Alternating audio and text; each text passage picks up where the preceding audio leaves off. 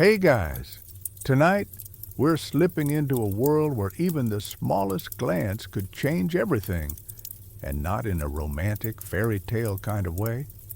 Imagine cobblestone streets slick with rain, the smell of wood smoke curling from chimneys, and the muted chatter of townsfolk bustling under heavy wool cloaks. You're wrapped in a plain linen shawl, your feet sore from the day's errands, when you spot a man in a crimson doublet striding toward you. You feel his presence before you even look up, and then you remember the rule. Eyes down, my lady. One wrong glance, and your week might take a turn for the worse. You probably won't survive this, not socially anyway. So, before you get comfortable, take a moment to like the video and subscribe, but only if you genuinely enjoy what I do here. I'd love to know where you're listening from, so post your location and local time in the comments.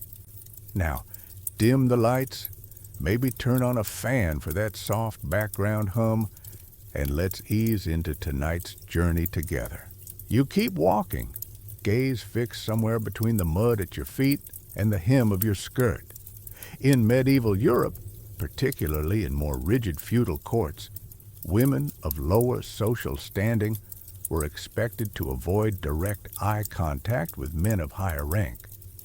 It wasn't just about politeness, it was a signal of submission, a silent reminder of your place in the hierarchy. The unwritten rule was simple. A glance could be read as a challenge, or worse, an invitation. And invitations, at least ones perceived in the wrong context, could spiral into gossip faster than spilled ale down a tavern bench. The reasoning, if you can call it that, stemmed from a mix of chivalric ideals and superstition. The nobleman was meant to be above base temptation, but also fragile enough that your eyes might somehow ensnare him. Historians still argue whether this was born from actual fear of impropriety or just another clever way to keep women quiet and unseen. In any case, there were tales, half cautionary, half moralistic, of women who forgot themselves and met disaster.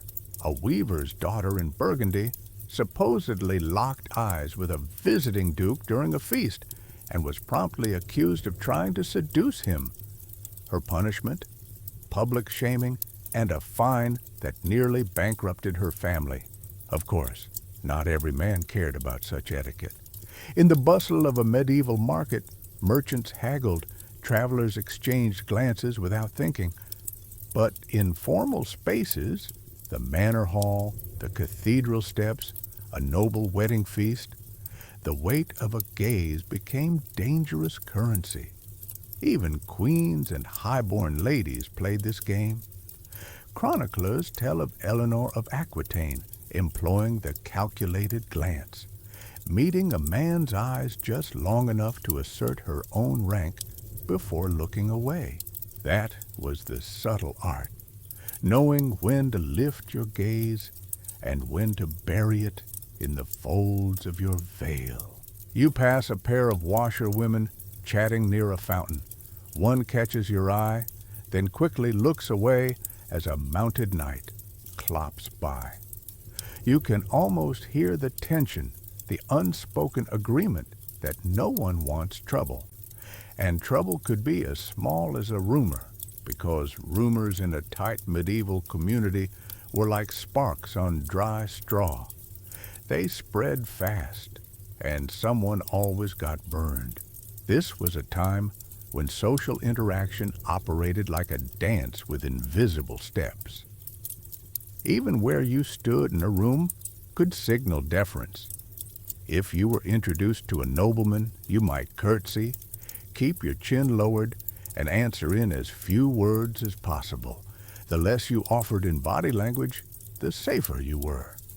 Ironically, this constant caution meant that when a woman did hold someone's gaze, it carried enormous weight. It could be a rebellion, a flirtation, or a mistake, depending on who was watching.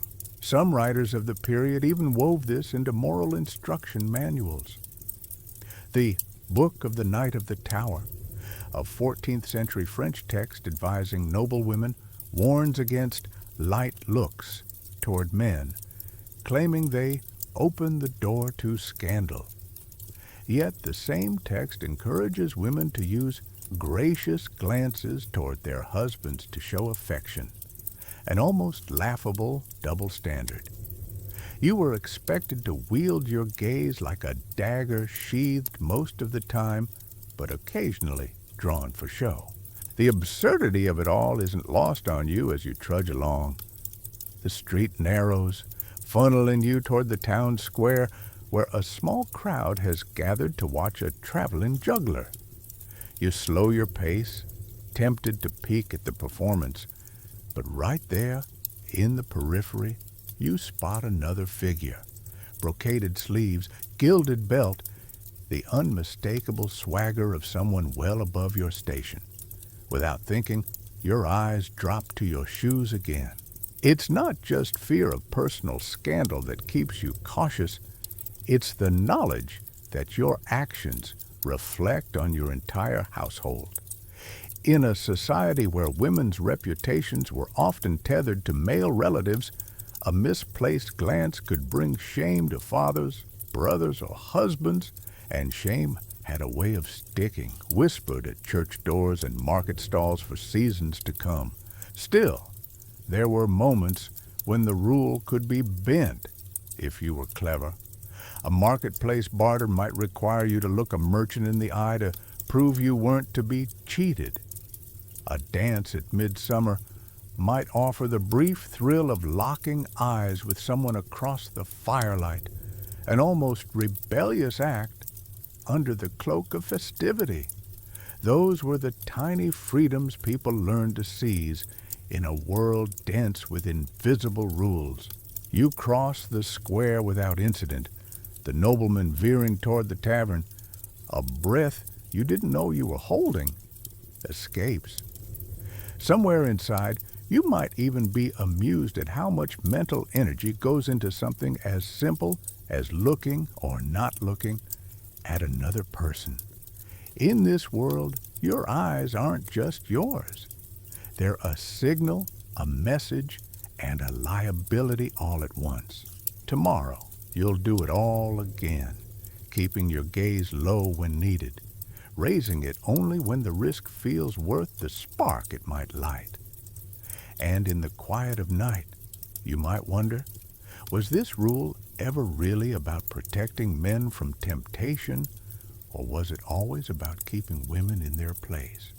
Historians still argue whether these customs sprang from genuine moral belief or from the deep-rooted fear of female agency.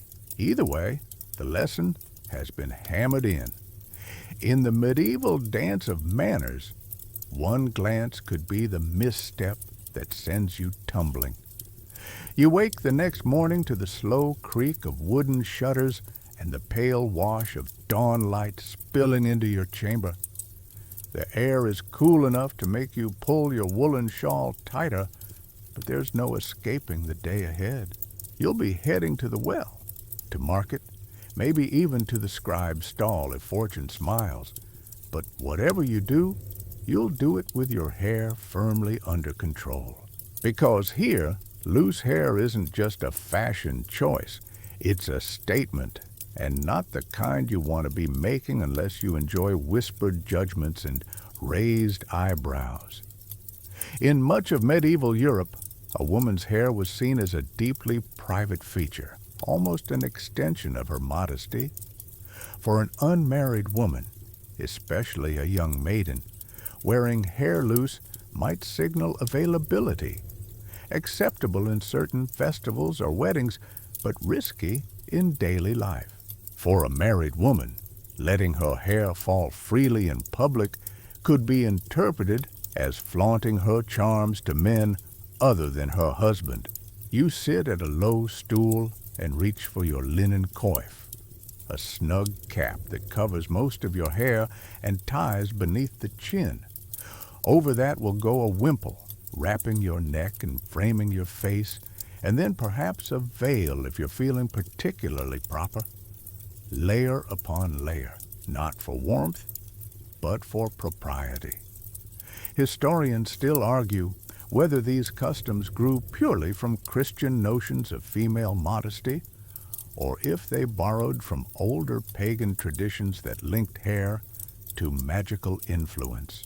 Either way, the result is the same. Bare hair in the open air is an eyebrow-raising spectacle. There's a famous medieval sermon by a Franciscan friar who likened a woman's uncovered hair to a beacon to the devil, claiming it distracted men from holy thoughts.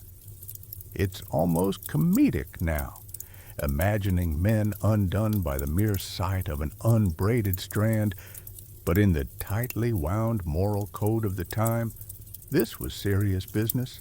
One chronicler in 13th century England recorded that a merchant's wife was fined for entering church without a veil, her loosened hair described as an offense to God and the congregation alike.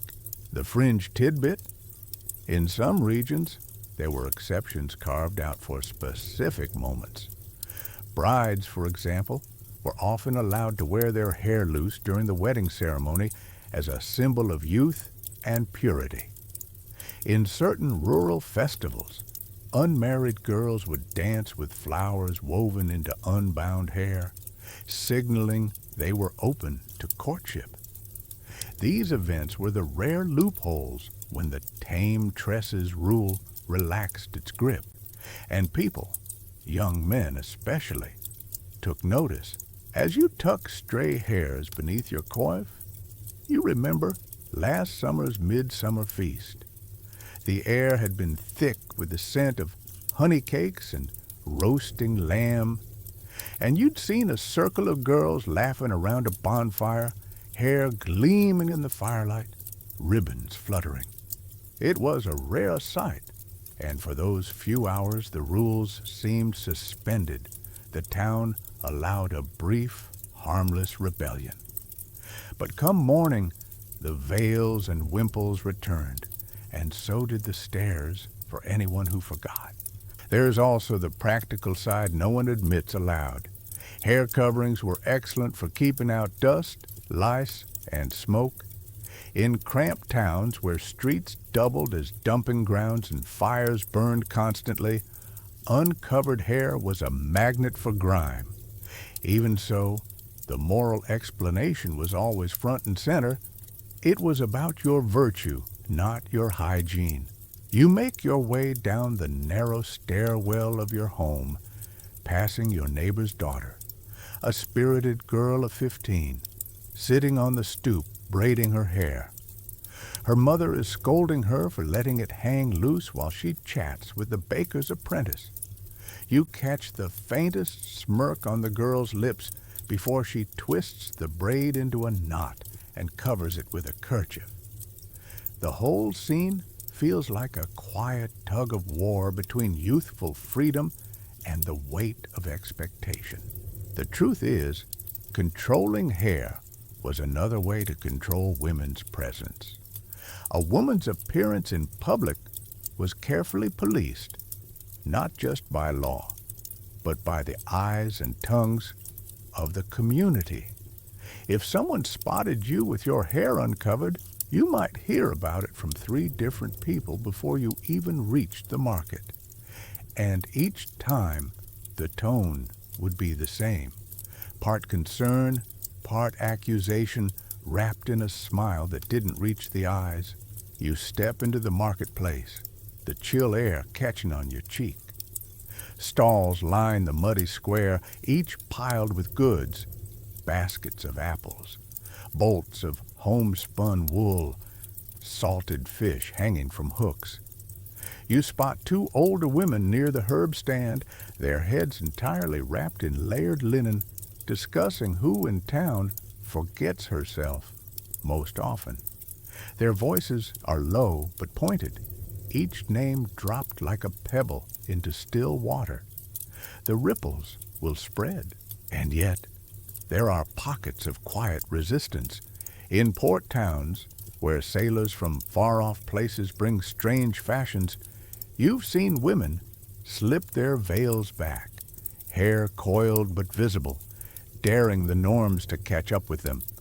In wealthier courts, high-born ladies sometimes wore elaborate jeweled nets that displayed their hair while technically covering it, towing the line between modesty and display. It was a little like modern dress codes. Some people just knew how to bend the rules without breaking them. As you purchase a small sack of rye flour from a stooped merchant, you feel the tug of your veil in the breeze. A few strands of hair slip free, brushing your cheek.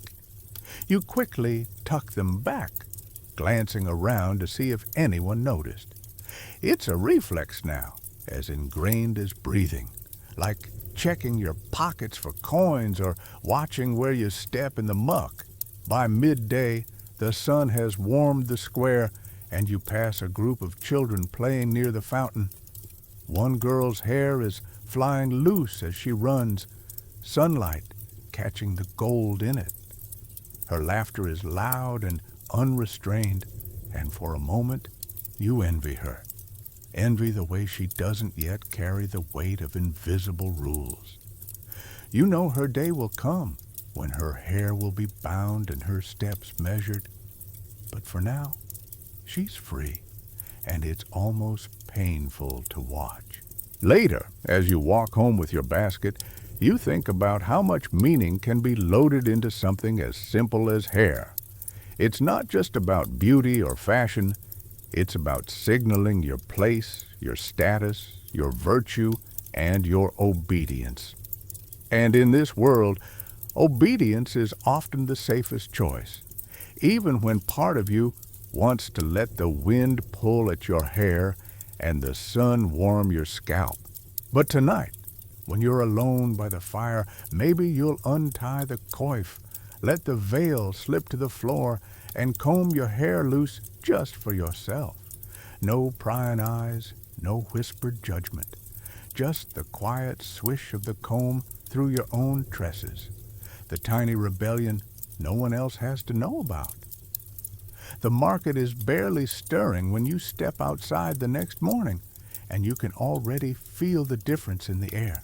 There's a hush, the kind that comes before something formal, a festival, a court summons, or, in this case, a noble's visit. Word has spread that the Lord Steward is in town, which means the velvet rule will be enforced more strictly than usual. You tug your shawl tighter, not because you're cold, but because today you must be careful about what you wear and what you let others see. The so-called sumptuary laws were a very real part of life in much of medieval Europe, especially in larger towns and cities. These were legal codes dictating what fabrics, colors, and adornments you could wear, all based on your social rank. They were written under the guise of maintaining moral order, preventing people from living above their station. But in practice, they worked like a visual caste system. The velvet and silk, the deep blues from indigo, the vivid crimson from kermes dye. Those were for nobles and the wealthiest merchants. Everyone else was expected to stick to homespun wool, plain linen, and colors that came cheap from local plants. Historians still argue whether these laws were genuinely about preserving class distinctions or whether they were also a form of economic control, ensuring luxury trade stayed in the pockets of the elite. Either way, they were enforced with an eagle eye. Fines could be steep, and in some places, the offending garment was simply confiscated on the spot. Imagine saving for months to buy a small silk ribbon, only to have it snatched from your hair because you weren't entitled to it. Today, You're wearing your usual brown kirtle, patched at the elbows, with a faded green overdress. Safe. Nothing fancy. But even so, you glance at your belt, a hand-tooled leather piece gifted by your aunt. It has a small brass clasp, not gold, but shiny enough to draw the wrong kind of attention if the steward's in a mood. You debate leaving it at home. In this world, better to appear poorer than to risk appearing presumptuous. The rule might sound absurd to modern ears, but its effects were deeply felt. Clothing wasn't just about style, it was a walking proclamation of who you were allowed to be. A cobbler's wife in Florence might be fined for wearing a pearl-trimmed veil, even if she'd inherited it from her mother. In London, a servant could be whipped for wearing a fur-lined hood reserved for aldermen's families. And sometimes the law went further still, dictating the size of your sleeves, the height of your headdress, even the type of embroidery allowed on your cuffs. There's a famous quirky case from 14th century Bologna where a baker's daughter attended a wedding in a crimson gown, technically forbidden to her rank. She claimed she dyed it herself using cheap madder root, not expensive kermes. The local official, not quite believing her, ordered her to scrub the dress in public to prove the color would fade.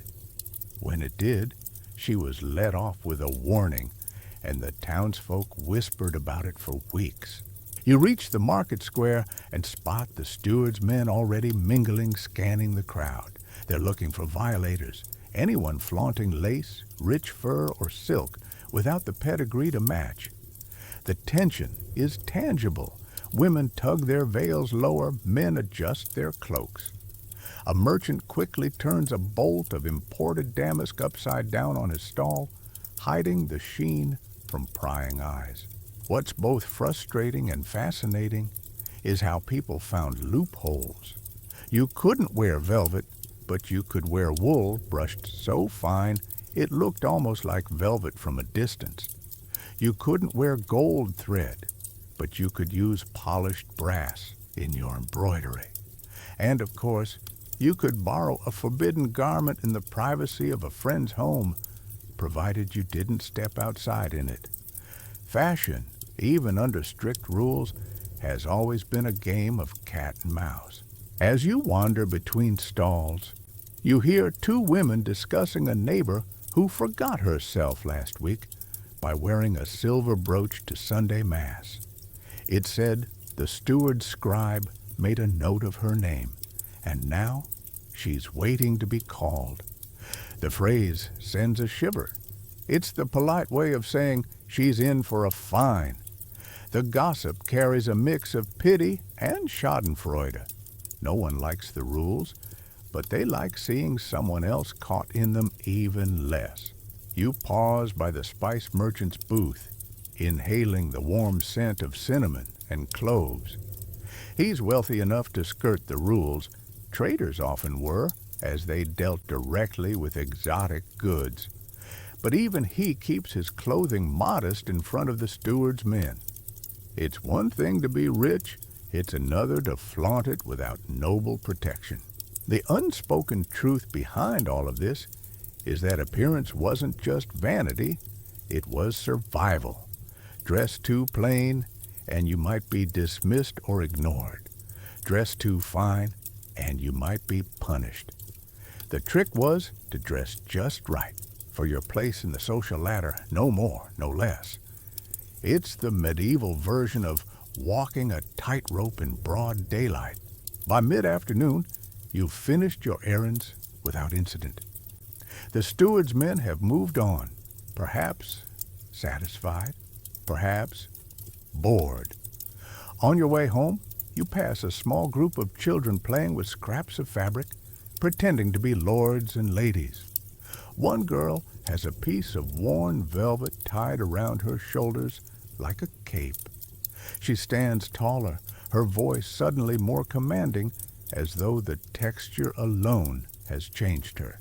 It makes you smile and ache a little, because even in play, everyone here understands that clothes are more than clothes.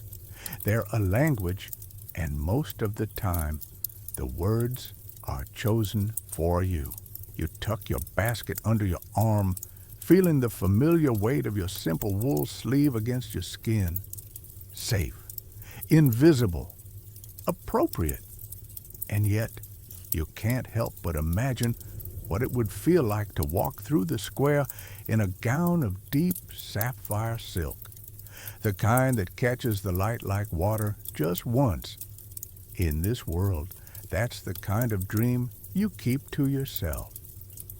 The morning mist clings to the narrow streets, softening the clatter of hooves and the occasional bark of a market dog.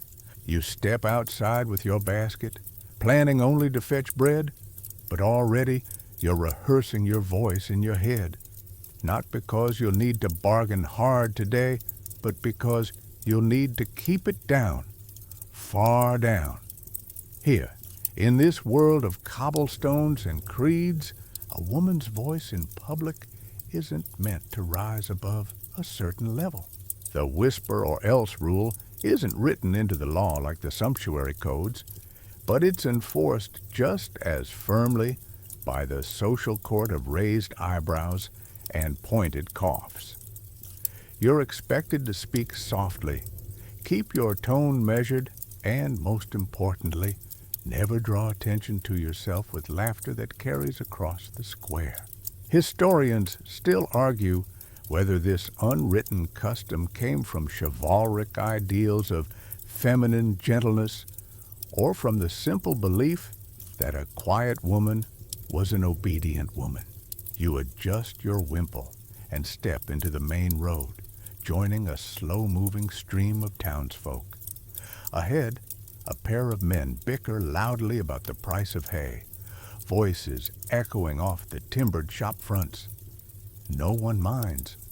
But when a young woman near the fishmonger calls out to her friend across the street, three heads turn at once, their expression somewhere between shock and disapproval. She blushes, lowers her voice, and resumes her shopping with her gaze fixed on the ground. It's almost funny, if you weren't living it. The same men who bellow greetings across the square expect you to lean in and speak so softly they must tilt their heads to catch your words. A little like a medieval version of Smile More, but for your vocal cords. You've learned to adjust, to keep your voice just above a murmur, unless you're in the privacy of your home. There are stories, half gossiped, half exaggerated, about women whose laughter in public was taken as a sign of loose morals. One well-circulated tale in your town tells of a brewer's wife who let out a hearty laugh at a May Day feast. By the next week, rumors had transformed her chuckle into a scandalous flirtation, and she spent months trying to repair her reputation. The irony is, the men who told the story laughed loudest of all. Still, not every setting is a minefield.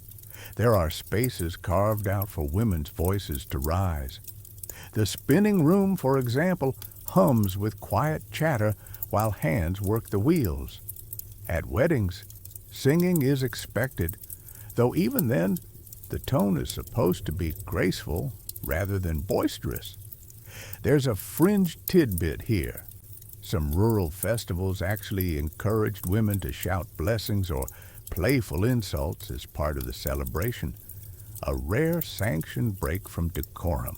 In those moments, the air feels lighter, like the world has briefly loosened its grip. You weave between stalls, nodding to the baker as you step up to his table. The smell of fresh rye bread curls through the morning air. 2 loaves, please, you say softly. He leans forward to hear you, a hand cupped behind his ear, and smiles in a way that suggests you've passed the invisible test. Too loud, and you might have gotten a disapproving look. too soft, and he might have teased you for mumbling. It's an absurd balance, and yet it governs the rhythm of your days. The unwritten volume code doesn't just affect speech, it shapes how you move through the world. You walk with quieter steps, avoid gestures that might draw eyes, even control the pace of your laughter so it fades before it travels too far. The more you think about it, the more it feels like living inside a library where you're never sure who's listening. Some women have found ways to turn the rule to their advantage. You've heard of a merchant's daughter who mastered the art of speaking so softly that men would lean in, lowering their own voices to match hers. It made her seem mysterious, important even. She used that reputation to negotiate a better dowry match, proof that even the most suffocating rule can sometimes be twisted into leverage.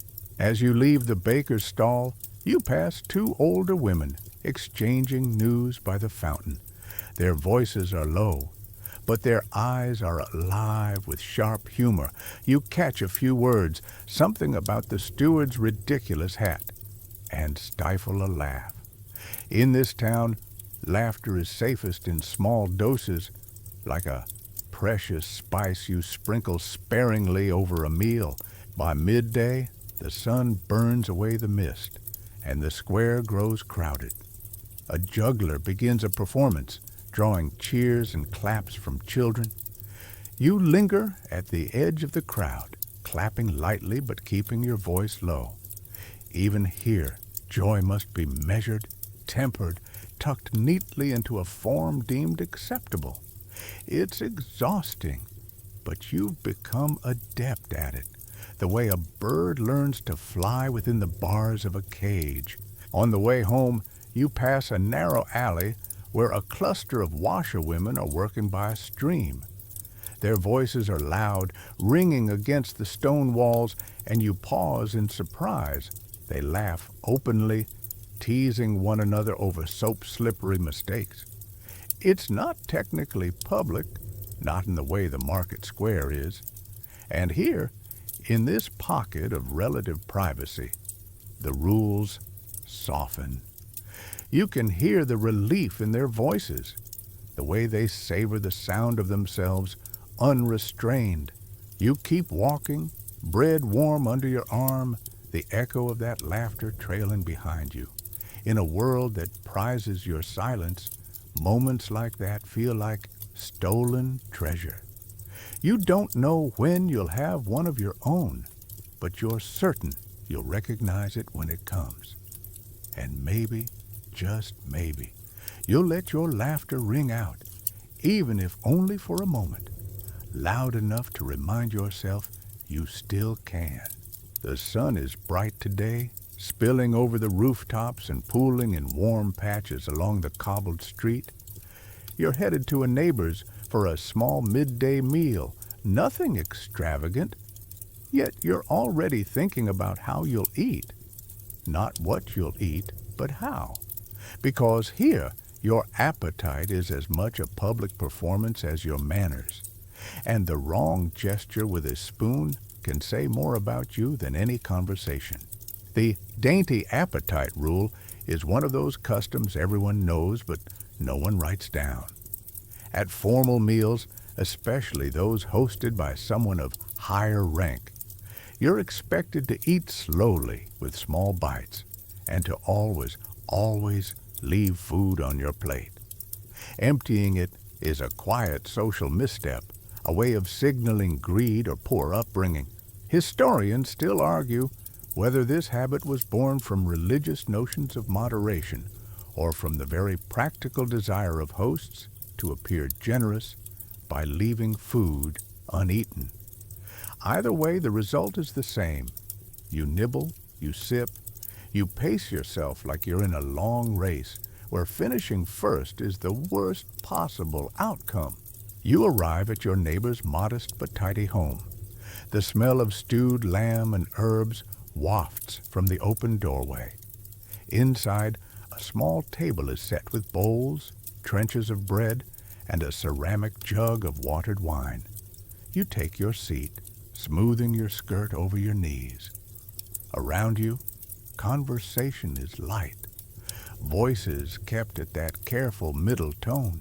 When the food is served, you lift your spoon delicately, taking only a little stew at a time. It's not that you aren't hungry. You worked the morning grinding grain and could easily eat double this. But you know the unspoken choreography. Chew slowly, pause between bites, occasionally lay the spoon down entirely.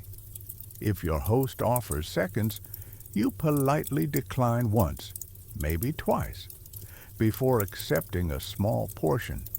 It's a dance, and everyone at the table knows the steps.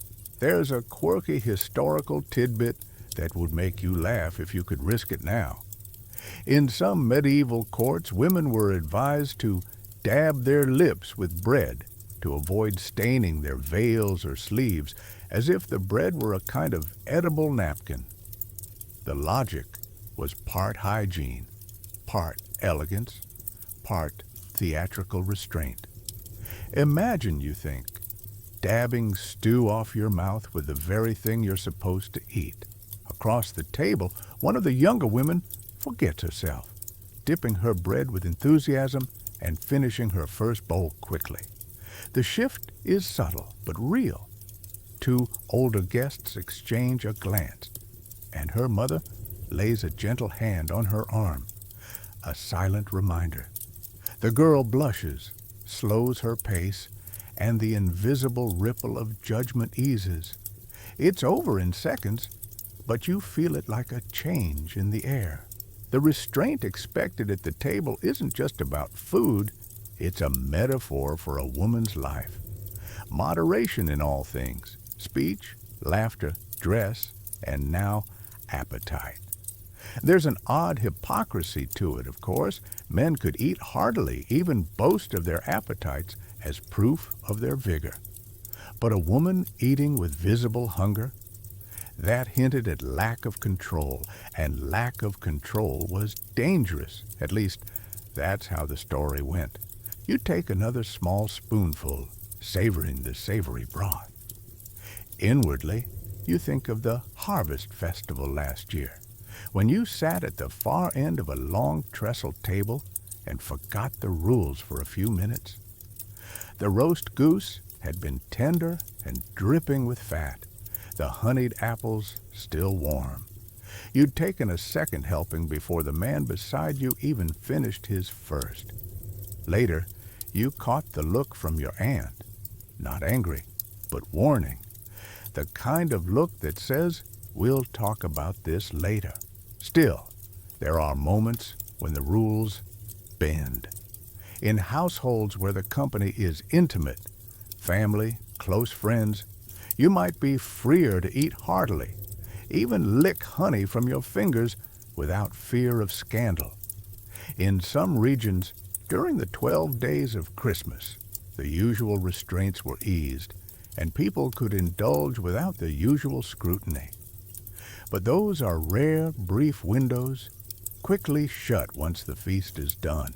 The meal at your neighbor's continues at its careful pace. You drink from your cup, keeping the rim to your lips just long enough to seem appreciative, not parched. A few morsels of bread remain on your trencher when the conversation shifts to the steward's visit yesterday. Everyone agrees it's wise to stay invisible when he's around, an idea that applies just as well to eating as it does to clothing. As the plates are cleared, you feel that familiar blend of hunger and satisfaction.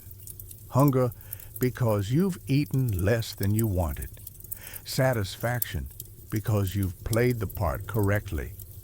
You've left enough on your plate to signal good breeding, even though you'll likely have a bit more bread at home later, in private. On the walk back, the smell of roasting chestnuts from a street vendor makes your stomach twist. You pause, tempted, but buying food now would be risky, too public, too soon after leaving a meal. Someone might see and wonder why you were still hungry. You keep walking, telling yourself you'll have something later out of sight. In this world, even hunger is a secret to be managed. And as strange as it seems, you've learned to live with it, turning restraint into a habit, a skill, maybe even a kind of quiet power. But deep down, you suspect the day you allow yourself to eat with abandon will be one you remember forever. The sound of boots on cobblestone echoes behind you as you make your way toward the square. A small gathering has formed there. Traders from the next town over have arrived, and with them, their goods, their colors, their smells. You'd like to browse, maybe even touch the bolts of cloth hanging from a cart. But first, there's something else you have to navigate, the unspoken rule of rise or kneel. It's one of those customs you never question, because you've seen the consequences of forgetting. Whenever someone of higher rank approaches, be it a knight in armor, a wealthy merchant, or a lady of a household above yours, you must show deference. How exactly you show it depends on the gap between your rank and theirs, but the basic gestures are clear. Stand if you're seated, bow your head, or in some cases, kneel. You first learned the importance of this when you were 12. You'd been sitting on a bench outside your father's shop, eating an apple. A passing noblewoman, draped in velvet and fox fur, had stopped to speak to your father. You'd stayed seated, thinking yourself unnoticed, but when she glanced your way, her lips thinned. She didn't speak to you, but her maid whispered to another, and the story of your poor manners spread faster than the smell of baking bread. It took months before that stain on your reputation faded. Now, years later, you can sense a figure of authority approaching even before they enter your line of sight. Maybe it's the slight hush in the crowd, maybe the shift of eyes toward the street. You hear the jingle of spurs, the scrape of a sword hilt brushing against armor. Without thinking, you straighten, turning to face the sound. A knight rides past on a tall bay horse, the kind whose hooves seem to hit the ground in perfect rhythm. His surcoat bears a crest you don't recognize, 3 golden chevrons on a field of red. You bow your head low enough to be respectful, but not so low that you seem overly familiar. He doesn't slow or acknowledge you, but that's fine. The point isn't to be noticed. The point is not to be noticed for the wrong reasons. For women, the rules of deference have added layers. Men might stand and nod to a superior, but a woman's respect is expected to be more visible, more graceful. Folded hands, lowered eyes, a stillness in posture. In the presence of royalty or high clergy, kneeling is required sometimes for long minutes, even if the cobblestones bite into your knees. Refusing or hesitating, even out of fatigue, could be interpreted as arrogance. There's also a hierarchy in the gestures themselves.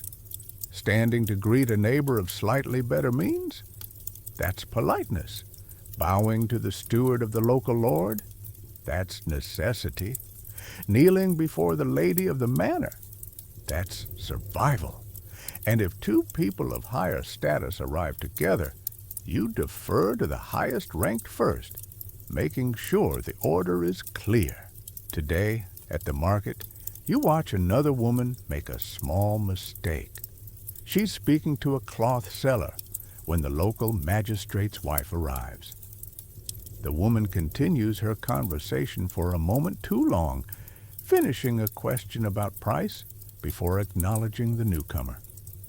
The magistrate's wife waits, but the air turns sharp, and when the exchange is over, she leaves without a word. You know the cloth seller will remember this slight when deciding his prices for her in the future.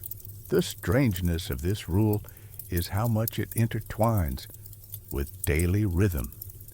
It can interrupt a meal, a task, even a private moment.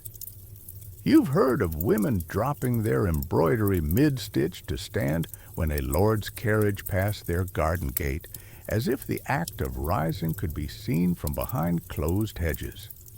Some say it's less about respect and more about reinforcing the idea of where you belong. Still, there are quiet rebellions. You recall your aunt, sharp-tongued and stubborn, who, on one rainy afternoon, deliberately stayed seated by the hearth when the parish priest came to call. She claimed her ankle was twisted, but the look in her eyes said otherwise. Word of her injury traveled, but she never explained herself, and somehow people respected her more afterward. It was a risk, though, one most wouldn't take. As you finish your rounds in the market, you feel the weight of the custom without resenting it. Perhaps because it's become second nature, like holding your breath under cold water. You don't think about the effort until afterward. And yet, as you pass the churchyard and see a group of young girls practicing curtsies under the watch of an older woman, you wonder what it would feel like to live in a place where no one had to measure their posture against the rank of another, where a person could remain seated simply because they were tired, not because they were making a statement. But that's not here, and that's not now. Here, rising or kneeling isn't just etiquette. It's a silent language everyone speaks, whether they wish to or not. The smell of roasting chestnuts drifts through the lane as you make your way home. The wind has a sharp bite today, the kind that nips at your cheeks and makes your fingers ache. When you reach your cottage, the first thing you want, more than food, more than rest, is heat. The hearth has been banked all day, the fire sleeping under a quilt of ash, but a few careful prods with the iron poker and the orange glow flares to life. You sink onto the low stool nearest the flames, hands spread to catch the warmth. The fire spits, the logs sigh, and for a moment you forget the world outside.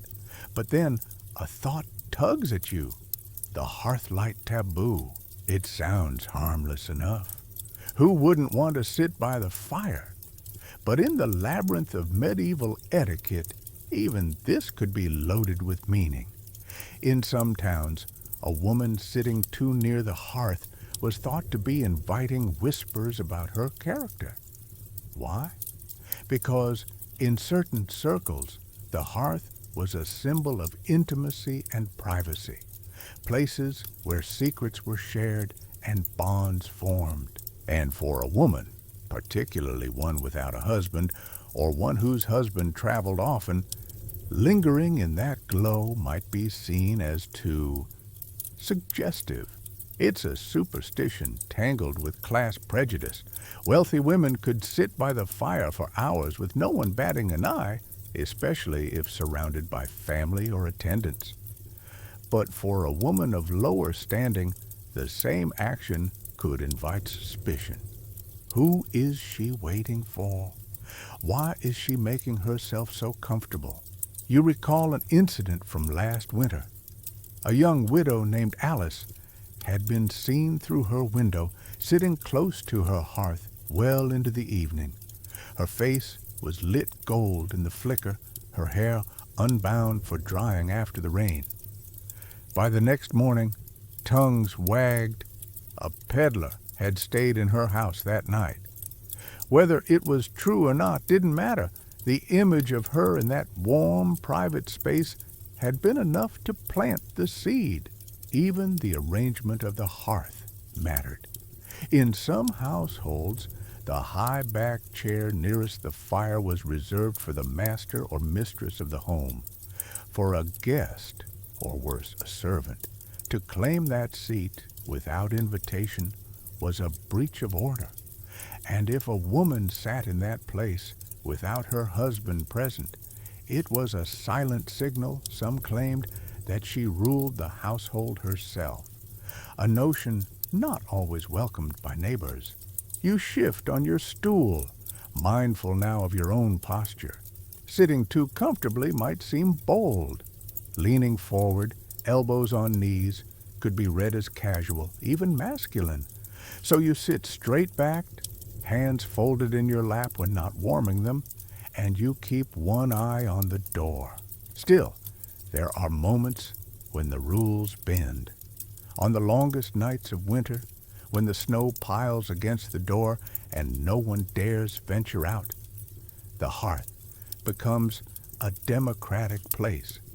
You've seen entire families huddled shoulder to shoulder, rank forgotten in the need for heat. It's the one time of year when etiquette thaws, at least until the roads clear. Tonight, as the fire grows stronger, you think of Alice again. You wonder if she knew the stares she'd invite, or if she'd simply decided that the comfort of the flames was worth the cost of a little gossip. The thought makes you smile faintly, because here's the truth you've quietly learned. Sometimes breaking these small, strange rules isn't about defiance. It's about claiming a few inches of space in a world that measures your every gesture. And if that space happens to be by the fire, then so be it. The streets are damp after a night of rain, the cobblestones slick under your shoes as you walk beside your husband. The two of you keep a steady pace toward the market, baskets in hand, and for a moment it feels perfectly ordinary. Until you remember the unspoken rule tugging between you, the public distance. In your time, walking hand in hand might be sweet, even romantic. In the Middle Ages, for a married couple, especially a woman, it could be a breach of decorum. Holding his hand, touching his arm too often, or walking too close might be seen as overly familiar, even improper, in the eyes of the community. You keep half a step behind him as custom demands. The gap isn't large, just enough that a stranger might assume you're merely traveling in the same direction. This wasn't about affection. It was about signaling that you knew your place. In public, a woman was to be modest, restrained, and almost invisible beside her husband. The closer the physical contact, the louder the whispers about your morals. Of course, there were exceptions. Noble women riding to a feast could cling to their husbands on horseback without scandal. It was, after all, practical. But in a crowded town street, pressed among vendors and laborers, such closeness could blur the careful lines between private and public life. Historians still argue whether this distance was rooted more in genuine modesty ideals or in the desire of men to publicly display control over their wives. You glance at the other women in the square. One walks several steps ahead of her husband, perhaps distracted or carrying an urgent errand. A couple of passers-by glance sharply at her, and you catch the faint twitch of a smirk. Another woman is walking beside her man, her arm linked through his. You hear a muttered comment from a butcher arranging his stall, something about lack of shame. It's a reminder of how quickly the rules could be used to judge. And it wasn't just about touch, it was about body language. Looking too often into your husband's eyes in public? Risky. Laughing too freely at his jokes where others could see? Risky. Even matching his stride too closely could raise eyebrows, as if walking in sync suggested equality, or worse, that you were influencing him. There's a strange irony here. You're expected to be loyal, obedient, and entirely dedicated to him, yet not too visibly devoted. Public affection might suggest you desired him too much, or that he, heaven forbid, desired you in return. It was a balancing act, a constant calibration of steps and glances. Sometimes, though, you've seen couples bend the rules. An older woman with gray hair might walk right beside her husband, their hands brushing, and no one seems to care. Age, it appears, could dull scandal. Or on a festival day when the streets were full of singing and ale, the rules softened. You could walk together, even laugh, so long as the celebration gave you cover. But on ordinary days like this one, you measure the space between you as carefully as the bread you'll buy for supper. Your husband doesn't look back at you. He doesn't need to. He knows you're there, just as you know your place in this silent choreography. And maybe, just maybe, you know how to step out of it when no one's watching. It's dawn, and the courtyard smells faintly of damp wool and wood smoke. You're standing in the servants' wing, arms folded across your chest to keep warm, waiting for the laundry buckets to fill from the cistern. Not your laundry, heavens no. Today's ritual is all about his laundry, and laundry is generous. Really, it's the painstaking ceremonial upkeep of every scrap of fabric your husband owns. It's not that men couldn't wash their own shirts. They could, just as they could cook their own meals or mend their own hose. But for a wife in the Middle Ages, clothing maintenance wasn't a chore. It was an extension of loyalty. A clean, well-presented husband reflected well on you. A stain on his tunic? That was your shame, not his. You lay out his undergarments, his doublet, his hose, inspecting each seam with the sharp eyes of a customs officer. Even a loose thread could signal to others that you weren't diligent. Historians still argue whether this domestic rule was purely about gender roles, or if it also served as a subtle form of social surveillance. Neighbors could gauge your household's discipline by the crease of a collar. And it wasn't just cleaning. Certain noble households insisted on scented water for the final rinse. Lavender if you were wealthy, rosemary if you were merely comfortable. In some regions, women rubbed the cloth with chalk to brighten white linen, a trick that often left faint powder on your own fingers. This, naturally, was also your duty to remove before greeting guests, because heaven forbid someone see your hands and guess that you'd been doing laundry. Then there was repair work. If a button came loose, you were to fix it immediately. No, I'll get to it later, allowed. Some lords expected wives to keep a small sewing kit on their belts at all times, just in case.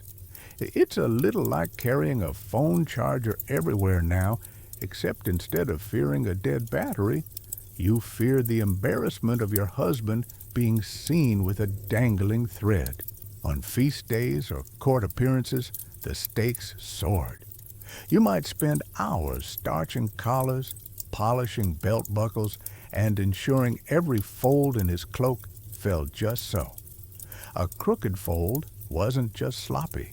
It could be interpreted as a sign of family disarray. And if you think that sounds dramatic, remember, gossip traveled faster than carts on market day, and a rival could use such evidence to chip away at your family's standing. Quirkier still, there were households where wives had to dress their husbands in public, layer by layer, as a silent performance of devotion. Imagine the scene.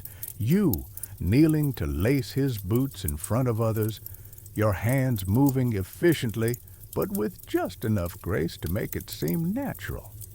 You probably wouldn't survive this if you hated him, though some women likely turned it into a subtle power move, tugging a bit too tight on the boot laces to make a point. Of course, it wasn't always so severe. In smaller villages, where labor was shared and daily survival trumped etiquette, you might simply wash his clothes alongside your own in the stream.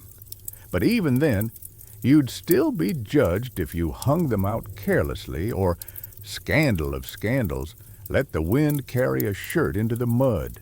You finish inspecting the cuffs on his best tunic, smoothing the fabric until it's crisp. Somewhere in the main hall, you hear the slow creak of the door. He's awake. By the time he appears, every piece will be ready, arranged like an offering, and maybe, just maybe, you'll keep one small scrap of cloth for yourself, tucked away in your chest. A reminder that even the strangest duties over time become just another thread in the fabric of your life. The day hasn't even reached its first hour past sunrise, and already the scent of warm bread is curling through the stone corridors. You're at the long oak table in the kitchen, sleeves rolled up, fingers dusted with flour. The loaves cooling on the rack aren't for you. Well, not just for you. They're part of the ritual of greeting guests, and in the medieval mind, that wasn't a nice touch. It was a non-negotiable rule. Hospitality, especially in noble or merchant households, was practically a public performance. If a visitor arrived and you failed to serve fresh bread, cheese, or ale within minutes, you weren't just being forgetful. You were insulting their honor. Historians still argue whether this tradition was rooted in genuine generosity, or if it was a carefully calculated tool for showing off your household's abundance. Either way, as the lady of the house, the smooth orchestration of this welcome was entirely your responsibility. It didn't matter if the guest was a distant cousin, a business associate, or your husband's hunting companion who dropped in unannounced. The rule stood: greet them warmly, feed them quickly. There was even a preferred order: bread first, then drink, then something a bit indulgent if you had it, like honeyed fruit or sugared almonds. Some households insisted that you also offer a warmed towel in winter, a practice imported from more luxurious courts and adapted with whatever you had. Sometimes just a piece of cloth heated by the hearth. In villages, the ritual was simpler, but no less binding. If a traveler knocked at your door, you offered them a seat, a mug of ale, and maybe a wedge of cheese before asking their business. Fail to do so, and word could spread that you were cold-hearted, a reputation that could hurt your family in ways more lasting than a single bad harvest. Then there were the quirks. In certain regions, wives were expected to stand, literally stand, for the entire first hour of a guest's visit, even if the men settled in on benches.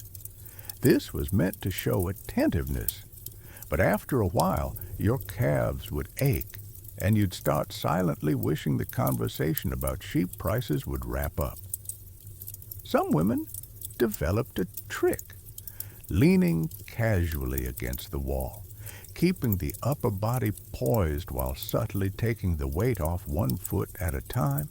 And heaven help you if you broke bread incorrectly. In some circles, you were meant to tear it into specific sizes before offering it, never cutting it with a knife for the first serving, because a blade could symbolize hostility. If you had to slice it, say, for a particularly hard crust, you'd offer the knife handle first as a peace gesture. The higher the guest's status, the more elaborate the spread. You might bring out embroidered tablecloths, pour wine into pewter cups instead of wooden ones, or set out spices like cinnamon or cloves if you had them. These weren't everyday luxuries, so putting them on display was a statement. We are prosperous enough to share. There's one fringe tidbit you hear whispered among older women that in some noble households the lady was expected to taste every dish before the guest did, as a subtle poison check. Whether that was truly about safety or simply another layer of ceremony, no one can say for sure. But you can imagine the delicate dance of it, taking a small bite, nodding with a smile, and passing the platter along as if nothing in the world could possibly be amiss. By the time the guests have settled, their cups refilled and their hands busy with bread, you've slipped into the background, hovering close enough to attend to needs, far enough not to intrude. You know the rhythm by heart. The quiet refilling of trenchers, the folding of spare cloths, the discreet removal of empty plates before anyone notices. Later, when the laughter fades and the last cup is drained, you'll tidy the table and stack the plates in the scullery. It's not glamorous, but it's its own kind of power. Because in a world where the smallest breach of etiquette could ripple out into scandal, you've just ensured that your household's name remains untarnished. And tomorrow? Well, you'll probably bake more bread. The next morning, you're woken not by a rooster, but by the low rhythmic clang of the church bell. It isn't calling you to prayer, at least not yet.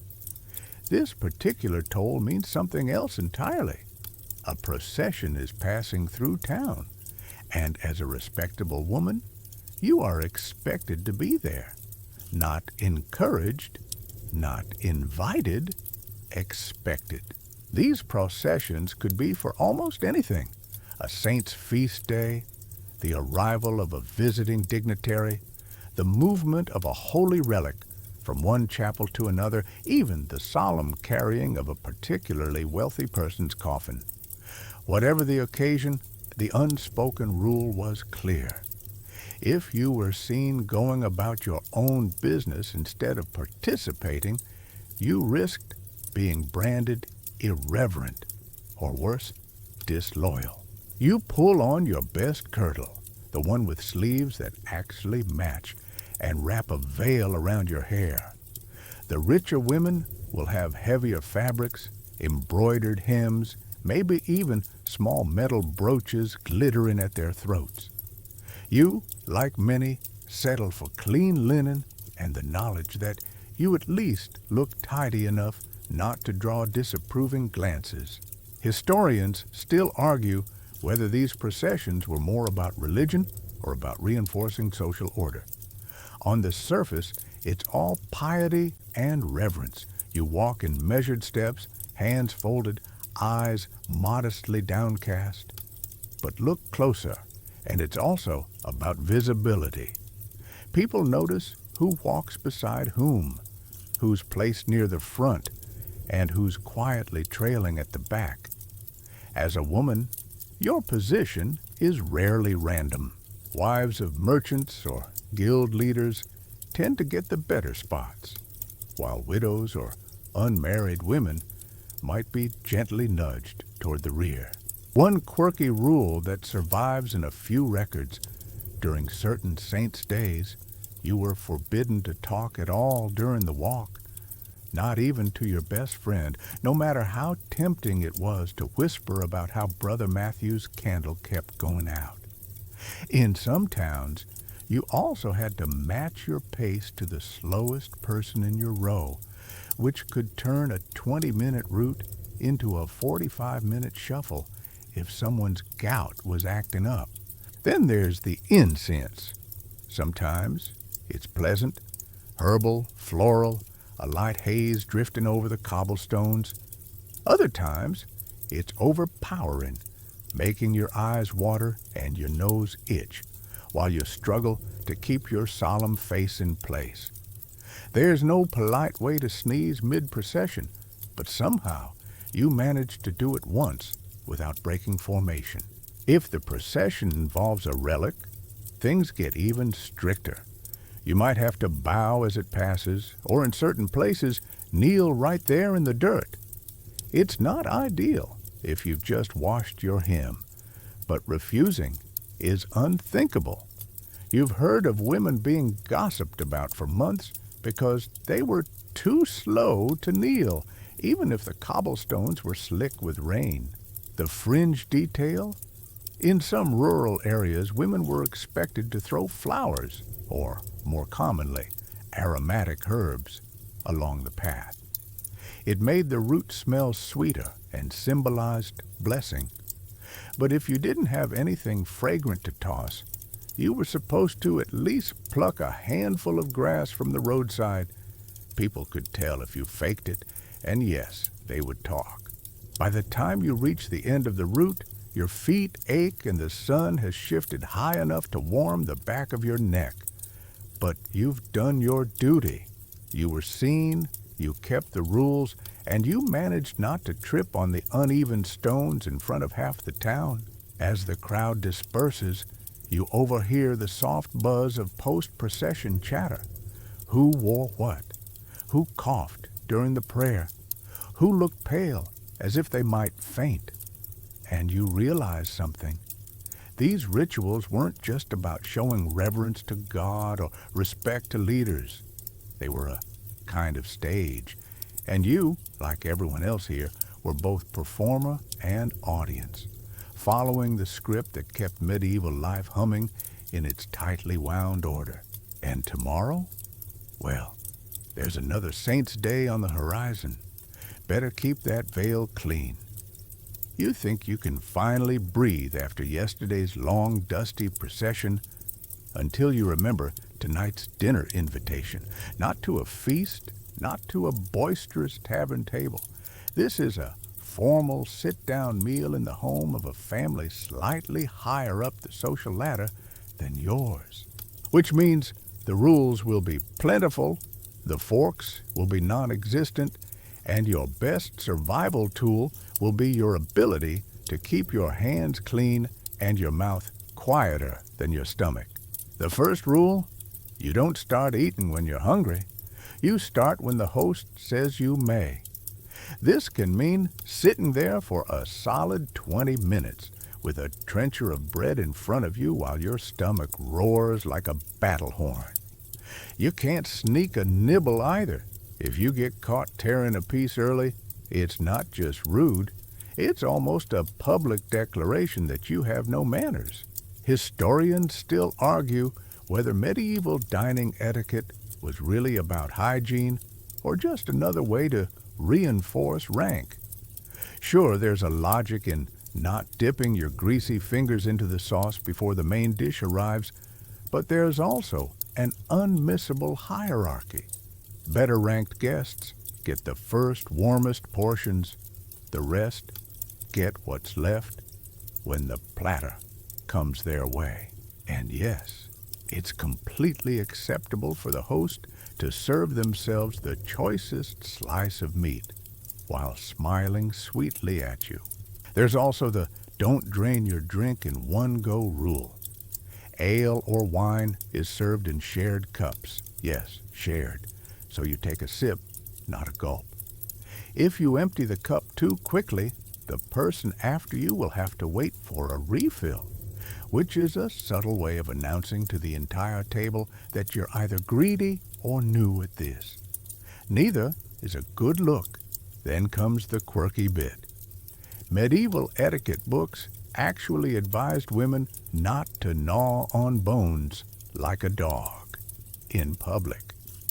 So if the roast goose arrives with the bones still in, you have to delicately pull the meat off with your fingers while pretending you're not aware of the fat running down your knuckle.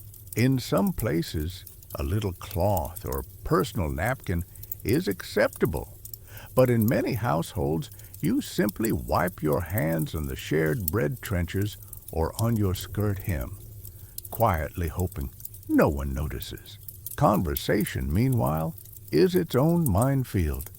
You can't interrupt someone of higher status. You can't boast about your family's affairs. And you certainly can't bring up anything unpleasant, like illness or last month's scandal where the baker's wife ran off with the cooper. Instead, you're expected to offer light compliments. The color of the wine, the crispness of the roasted onions, the pleasing melody the harpist is plucking in the corner. Oh, and mind the salt. In wealthier homes, salt isn't sprinkled freely. It's placed in a central dish. Taking too much or reaching across someone to get it is a faux pas you might never live down. In fact, there's an entire expression, being below the salt, which literally describes being seated far from the prized salt dish, marking your lower rank at the table. The fringe fact? In some regions, women were expected to feed certain honored male guests, cutting pieces for them or placing food directly on their trencher. It wasn't just a kindness. It was a show of deference performed with a smile that said, "I'm happy to serve," even if your wrist was aching. As the meal wears on, you notice how many unspoken glances fly across the table. Someone's taking too long with a cup. Someone else just dropped a piece of onion into the sauce. You smile politely, chew slowly, and remind yourself to keep your elbows in. When it's finally over, you can't just leap up to leave. You wait for the host to signal the end, you thank them graciously, and only then can you make your way home. You'll walk away with a full belly, sure, but also with the quiet relief of having navigated yet another medieval social obstacle course without slipping on its many invisible rules. You think that after all the rules about dining, things couldn't possibly get stricter. Then you remember the church. In the medieval world, the church isn't just a building you occasionally step into. It's the very backbone of your social and spiritual life. And as a woman, you're expected to follow a set of behaviors inside those stone walls, so precise it's almost a performance. First, your clothing. You can't just stroll in wearing the same head uncovered, hair tumbling in the breeze. No, your head must be veiled, and not just as a fashion choice. Covering your hair is considered a sign of modesty and submission, a tangible reminder that you're not there to draw attention to yourself. Historians still argue whether this was purely about piety or also about control. Either way, if you show up without that veil, expect raised eyebrows and whispers behind clasped hands. Then comes seating. You don't sit wherever you like. Women are often placed to one side of the nave, sometimes literally behind a wooden screen, so as not to distract men during worship. It sounds almost comical, until you realize it means you have a limited view of the altar and have to rely on the priest's voice echoing through cold stone to follow the service. And speaking of that voice, services are in Latin. You, like most people, don't speak Latin. So you stand, sit, and kneel when everyone else does, muttering familiar prayers under your breath in your own language, hoping you're roughly in sync.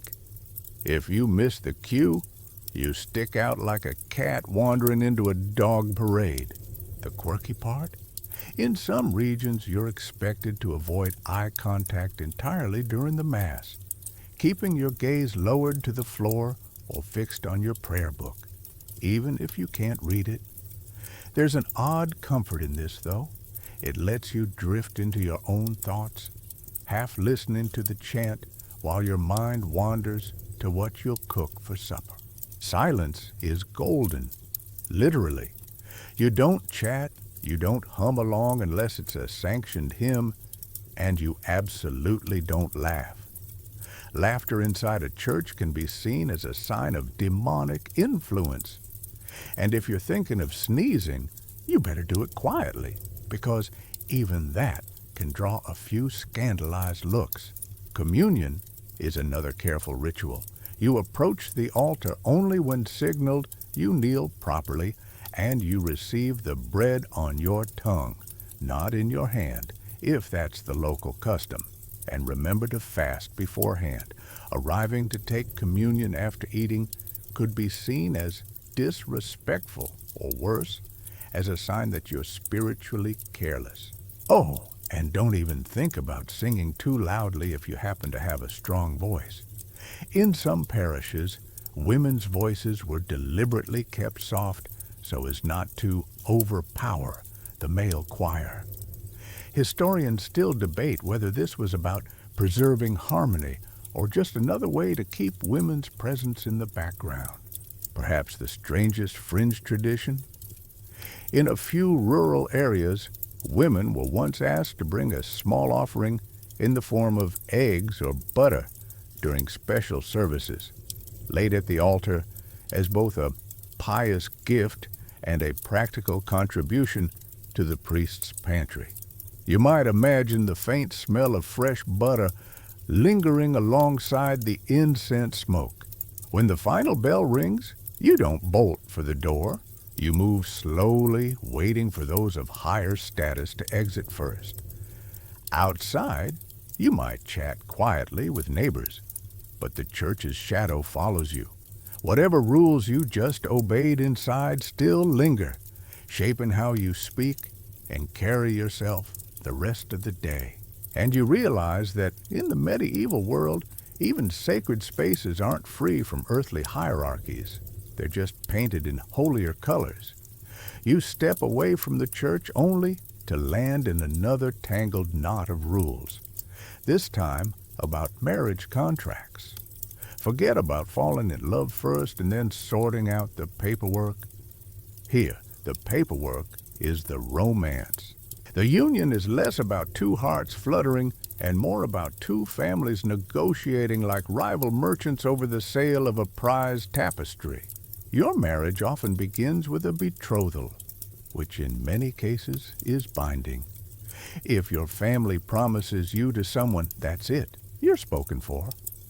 Breaking off an engagement isn't as simple as ghosting someone.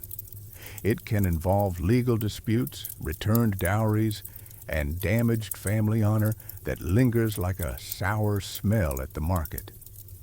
Historians still argue whether these early promises were truly seen as holy commitments or just high-stakes business deals. The dowry is the heart of the negotiation. Your family is expected to provide property, goods, or money as part of the arrangement.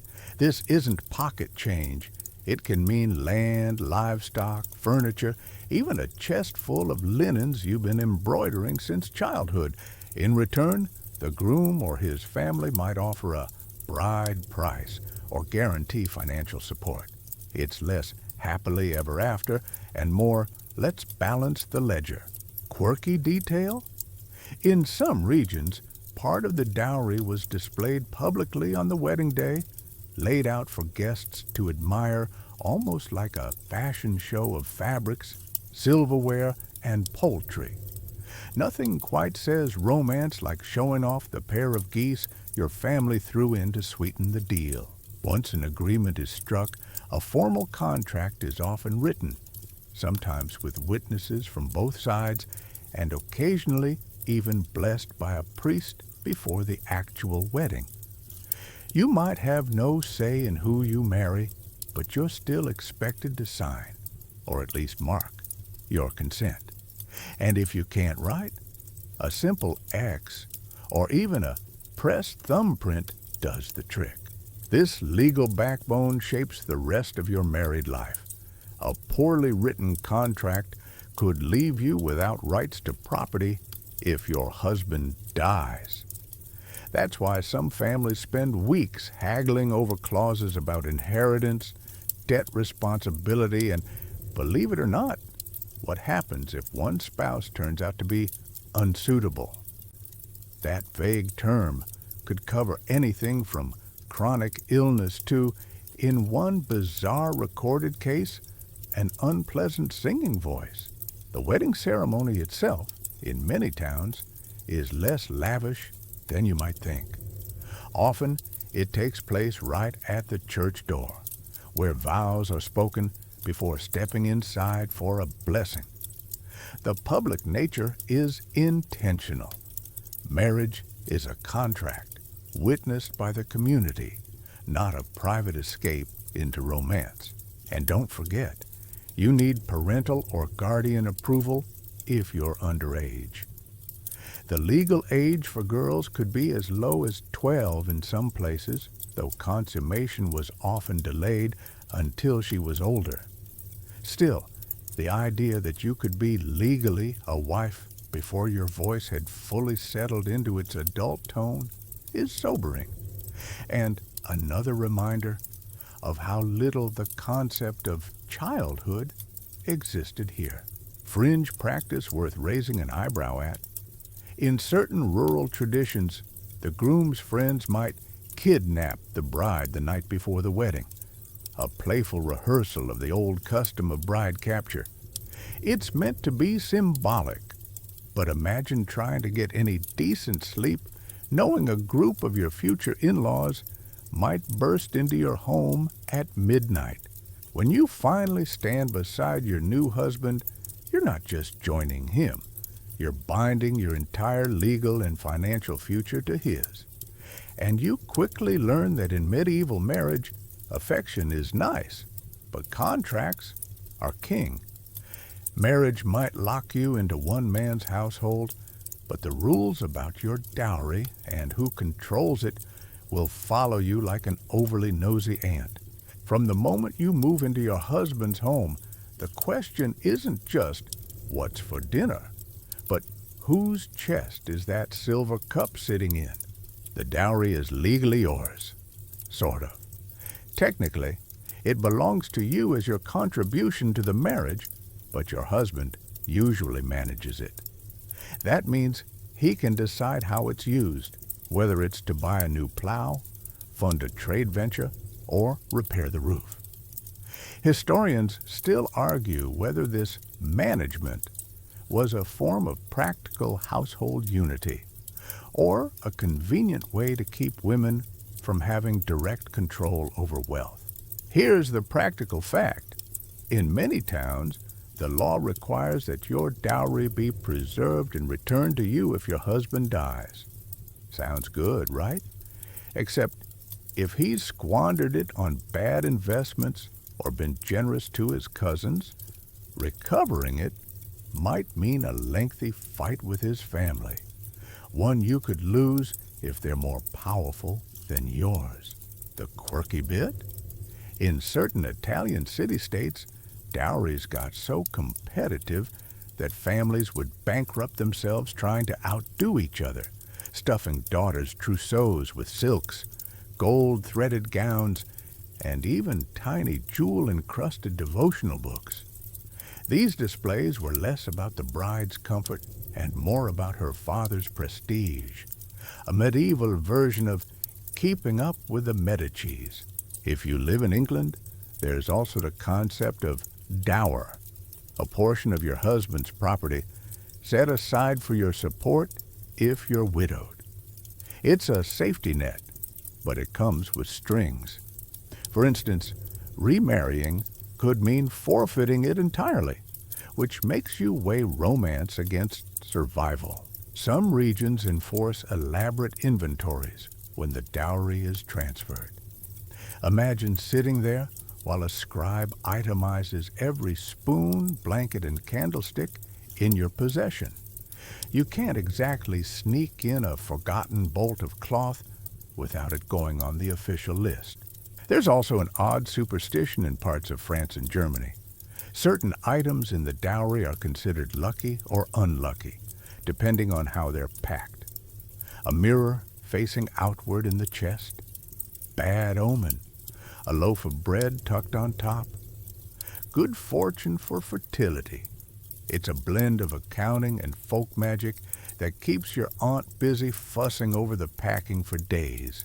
In wealthier households, your dowry might be tied up in land or rental property that generates income.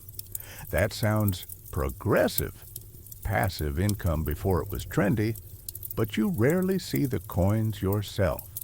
Instead, they vanish into the household budget, which your husband controls. And if things go wrong in the marriage, technically, you could petition for the return of your dowry. Realistically, it's a slow, expensive process in a court system dominated by men. The legal phrase, good and sufficient cause, is broad enough that a sympathetic judge might side with you, or just as easily dismiss your complaint with a shrug. The fringe oddity here?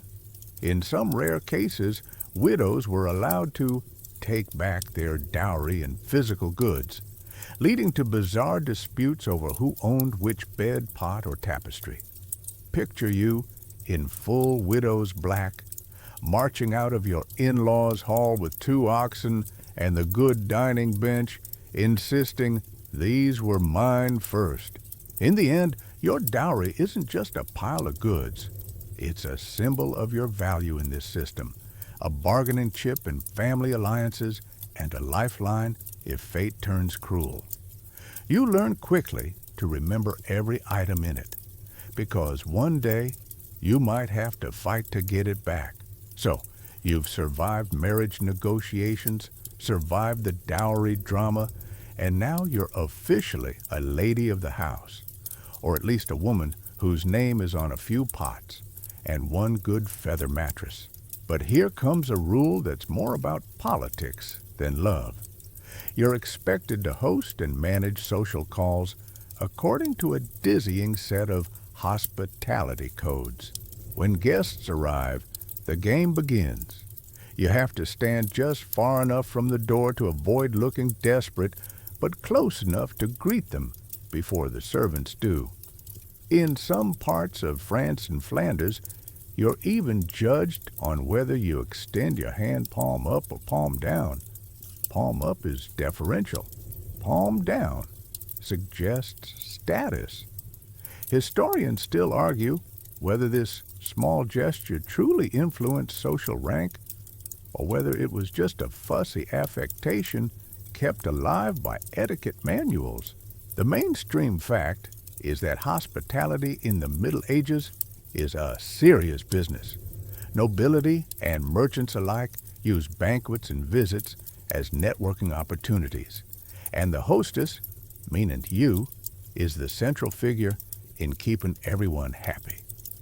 This isn't just putting out wine and bread. It's orchestrating where people sit, who speaks to whom, and how quickly the roasted goose is carved. The quirky tidbit? In some Italian courts, you'd be expected to offer guests rose water to wash their hands before eating. But the bowl wasn't just for hygiene.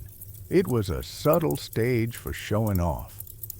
Wealthy families hired glass blowers to make bowls so thin and clear they looked like bubbles, or had them painted with tiny scenes from romance tales. And then there's the nightmare of seating arrangements. If you seat a lower-ranked guest too close to the lord of the manor, it's an insult to others. Too far, and it's an insult to them. Sometimes you're told exactly where each person must sit by a master of ceremonies. Other times, the burden falls on you, and you'll wish you had a map, a compass, and a time machine to escape the fallout. Food service has its own rules. Bread must be sliced evenly, meat carved with grace, and wine poured without spilling a drop.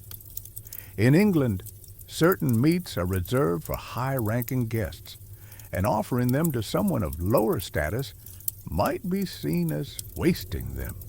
That means keeping track of who's important enough for venison versus chicken, mid-dinner, while making small talk about the weather.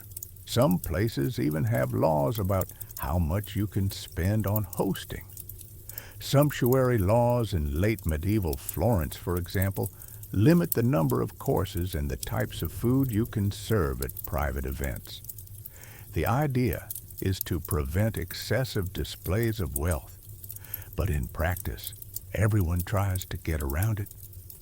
Clever hostesses commission elaborate sugar sculptures or rent extra silverware to impress without technically breaking the rules. And if your household is wealthy enough, You might keep a hospitality chest full of special linens, cups, and spices, items you're not allowed to use for everyday meals. Some women treat these as sacred treasures, unlocking the chest only when important guests are expected, then locking it again as soon as the last goblet is washed. But here's the truly fringe part.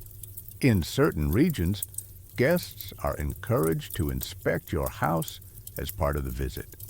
It's considered polite for them to admire your tapestries, your pantry, even your bed hangings. That means you're essentially curating a living museum of your own possessions, ready for critique at a moment's notice. Forget dust bunnies. What keeps you up at night is whether the embroidery on the guest towel looks hand-stitched enough. Hosting well can strengthen alliances, secure trade deals, and raise your family's reputation. Hosting badly? That could make you the subject of whispered jokes for years. You might smile through the evening, laughing at jests you've heard a dozen times, but you're also playing a silent game of chess. Each smile, each offered goblet, each accidental mention of your family's land holdings is another move in the match. It's exhausting, yes, but you know the truth. In a world where women's voices are often confined to the domestic sphere, mastering hospitality gives you an indirect kind of power. Every time you pour wine or decide where a rival sits, you're not just following the rules, you're quietly bending them in your favor. Just when you think you've learned every strange rule in the book, you meet one that turns your mornings into miniature performances. The ritual of getting dressed in public, or at least in semi-public. In certain medieval courts, particularly in France and Burgundy, high-ranking women are expected to have parts of their dressing routine witnessed by ladies-in-waiting or visiting noblewomen. The official reasoning: it demonstrates your wealth, your fashion taste, and, oddly, your modesty. Historians still argue whether this tradition stems from older royal customs of kings being dressed before their court, or whether it's a calculated way to keep noble women under observation. The mainstream fact is that clothing in the Middle Ages is far more than fabric. It's an open declaration of your social rank, your marital status, and even your political loyalties. The colors you wear can be coded. In England, during the 14th century, deep crimson is often associated with royalty and high nobility, while certain shades of purple might only be worn by those with special permission. Here's the quirky tidbit. In some courts, there's a precise order to dressing that you must follow, like a ceremonial dance. Chemise first, then stockings, then the undergown, then the overgown, with each layer adjusted by different attendants.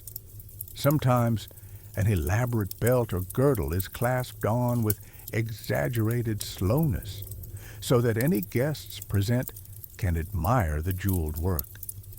If you're in a particularly showy household, there might even be commentary.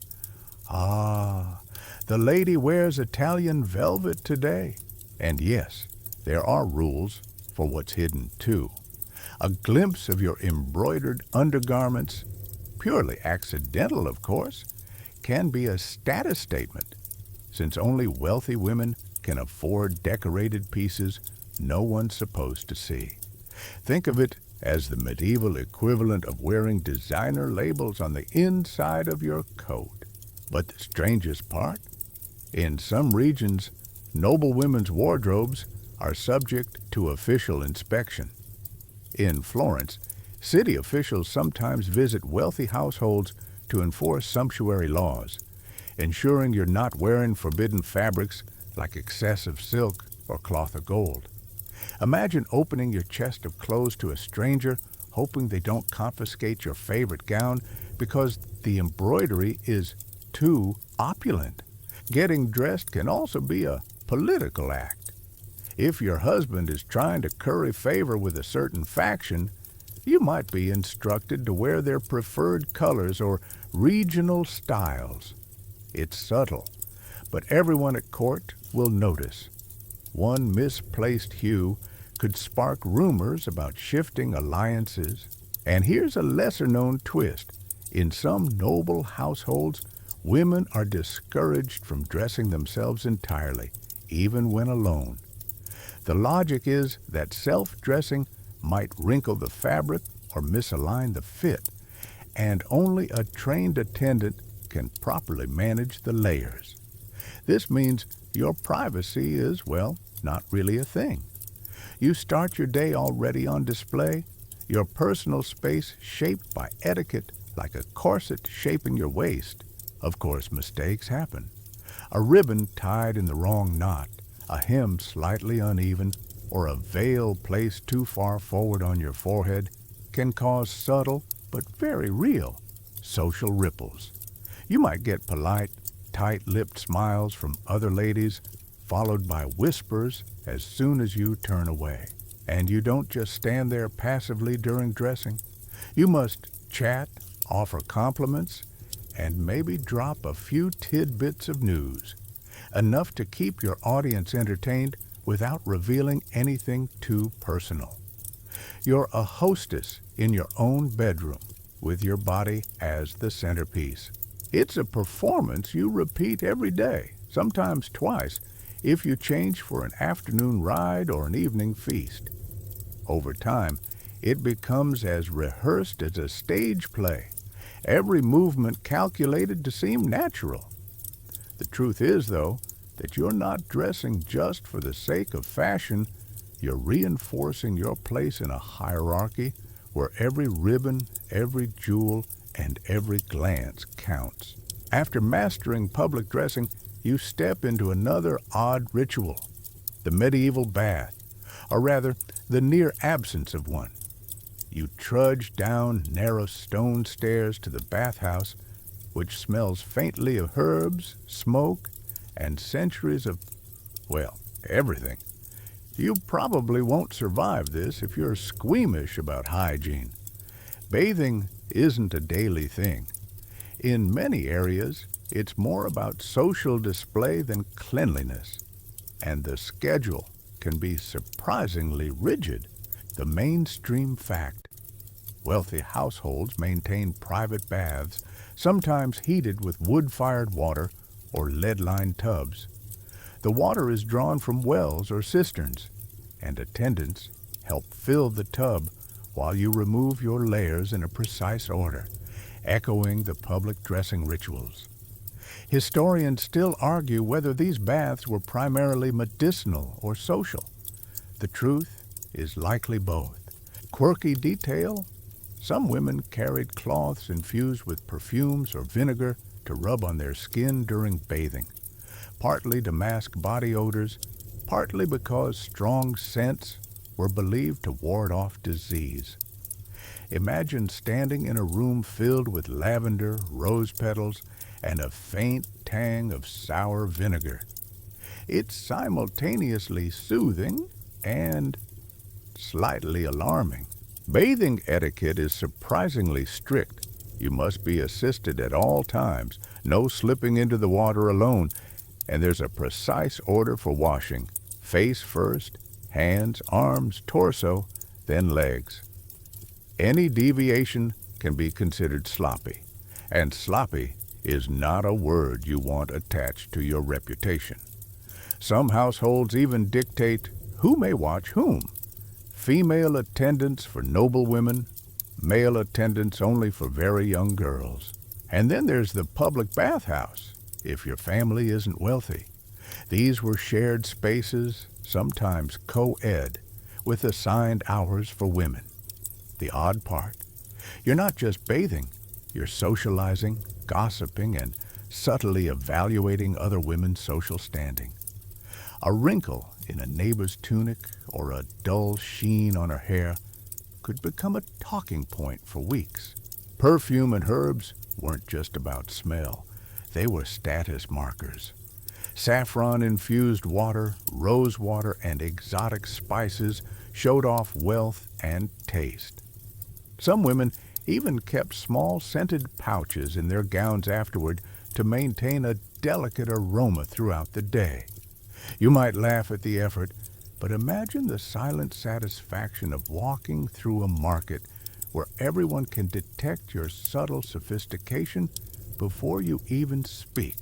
Then there's the fringe custom. In certain towns, young noblewomen were expected to sprinkle rosewater on the courtyard stones as they left the bath, symbolizing purity and blessing. The act is slow and deliberate, requiring careful steps so that the water doesn't splash too widely. And it's witnessed by household members. Another public performance in an already performative day. Of course, practical issues abound. The tubs cool quickly, the floors are slippery, and water may be reused between baths. Yep, that's right, shared water with just a thin veil of herb scent as camouflage. And yet, despite the discomfort, the rituals teach patience, poise, and attention to detail, skills that serve you better than the bath water itself.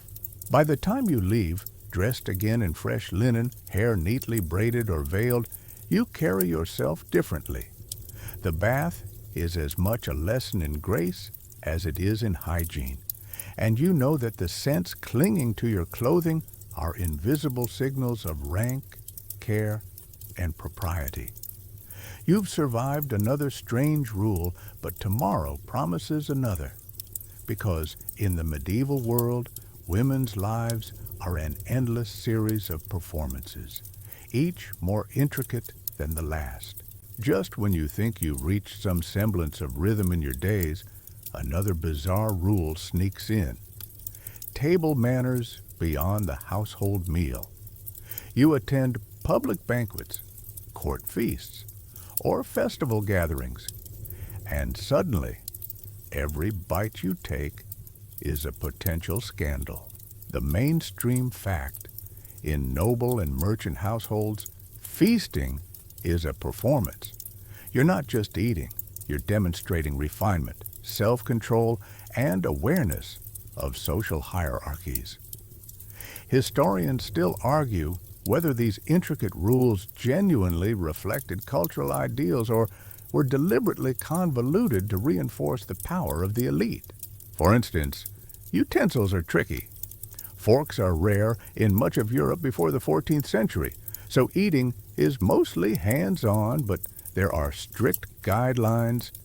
You may pick up bread to clean your trencher, but only in small pieces. Meat? Use fingers only where permitted, and don't forget that the knife is shared. A slip could draw a glare or a whispered reprimand. Quirky detail? Some etiquette manuals instruct you to dab lips lightly with a napkin or cloth, avoiding any trace of food, sauce, or grease. Failure to do so isn't just messy, it's a mark of impropriety. And yes, there's a subtle art to folding the napkin so it appears elegant rather than desperate, as if you've been rehearsing the motion for years. Conversations at the table follow unwritten rules. You can talk, but only about safe subjects. The weather, the prosperity of crops, minor gossip about absent nobles. Anything controversial, political, or risque is taboo. And in some regions, even laughing too loudly or making exaggerated gestures can offend neighbors or relatives. Another oddity is the placement of foods.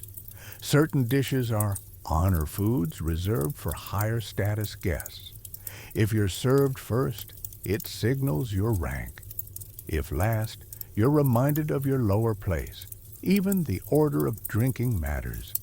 Those seated nearest to the host get the first pour, while others wait patiently or risk public embarrassment if they reach too soon. Fringe custom alert. In some Italian courts, women were expected to offer small tastes of wine or food to specific male guests as a sign of favor or alliance. It sounds sweet, but it's loaded with political implications. One misstep could suggest partiality, or worse, a hidden alliance. Eating gracefully also includes body posture. Elbows in, back straight, hands visible but not trembling. Lean too far forward and you appear desperate. Lean too far back and you seem aloof. Even tilting your head while drinking has subtle meaning. Do it incorrectly and the whisper network starts buzzing. By the end of the feast, you're exhausted but accomplished. You've navigated a maze of etiquette, subtly asserted your social knowledge, and avoided any faux pas. The feast isn't just nourishment, it's a battlefield of propriety, where the right bite, sip, or gesture can elevate your reputation or, if done poorly, send your household into weeks of whispered critique. And tomorrow, another festival, another banquet, another chance to rehearse the endless choreography of medieval etiquette. It's tiring, yes, but also strangely empowering if you can remember every rule and execute it flawlessly. Finally, you arrive at the strangest and perhaps most invisible set of rules: behavior in public spaces outside the house. Markets, streets, fairs, anywhere the city or village gathers, your every step, glance, and gesture is under subtle scrutiny. You trudge past stalls, keeping your eyes low but not too low, because posture signals confidence without arrogance. Historians still argue whether these unwritten rules were social conditioning or an omnipresent surveillance system designed to keep women in line. The mainstream fact is that medieval streets are crowded, noisy, and messy. Vendors shout, livestock wander, and travelers from distant lands can appear suddenly, bringing odd smells and strange languages. Amid this chaos, women are expected to walk gracefully, avoid bumping into men or children, and never show signs of impatience. Even a small frown might be interpreted as rudeness or moral failing. Quirky detail? In some towns, women were expected to carry small items like a fan, a scarf, or a parasol, even if the sun wasn't particularly bright. These objects aren't purely practical. They signal refinement and demonstrate that you have leisure and wealth. Forget to carry one, and whispers about slovenly habits may follow. Then there are gestures. You can nod politely, but too vigorously might seem aggressive. You can bow slightly to recognized officials or prominent merchants, but never too low, lest it seem sycophantic. Hands should stay either clasped or lightly holding your clothing. Waving or fidgeting is considered improper. Small mistakes might seem trivial, but medieval society reads everything as a clue to character. Some fringe rules are downright peculiar. In parts of Germany, a woman passing a church had to pause briefly and cross herself, even if she wasn't particularly religious. Failure was considered disrespectful. In rural England, you might be expected to adjust a neighbor's clothing if it appeared untidy, a bizarre mix of communal care and social policing. Public speaking, even softly, is monitored. Gossiping loudly is frowned upon, as is laughing at the wrong time. You might carry news about market prices or festival arrangements, but it must be delivered in measured tones. Volume, tone, and facial expression all play into a delicate code of civility. And yes, there's even a fashion element. Your outer cloak must be properly arranged, neither dragging too long nor billowing like a flag. Shoes should be fastened securely, and the hem of your gown should avoid mud or manure, both highly visible signs of negligence. By the time you return home, The day has been a continuous exercise in self-regulation. Every step, gesture, and glance has been a carefully considered statement about your rank, your family, and your understanding of societal norms. You may be tired, but you've survived another round of invisible rules that most people today would never guess existed. It's exhausting, yes, but it's also a testament to your adaptability and awareness. In a world where women's lives are constantly codified by both written and unwritten rules, mastering these behaviors gives you power in subtle ways. Visibility, respect, and a foothold in a society that otherwise limits your direct influence. If you still can't sleep, don't worry, we'll still be with you tonight. Let's go to Story 2 together. Hey guys! Tonight, we step into a world of stone castles, narrow cobbled streets, and flickering torchlight, where every corner smells faintly of smoke, herbs, and occasionally less pleasant surprises. You trudge through the village square, feeling the uneven stones beneath your feet, listening to the chatter of merchants, the clatter of hooves, and the distant chant of monks. Life here is vivid, chaotic, and governed by rules so strange you probably won't survive this if you tried to imagine them in a modern city. Women are at the heart of this world, yet they move within invisible boundaries drawn by society, religion, and family expectations. Each day, you navigate these boundaries carefully, learning what is acceptable, what draws attention, and what could ruin your reputation. Historians still argue whether these rules were protective, oppressive, or a bit of both.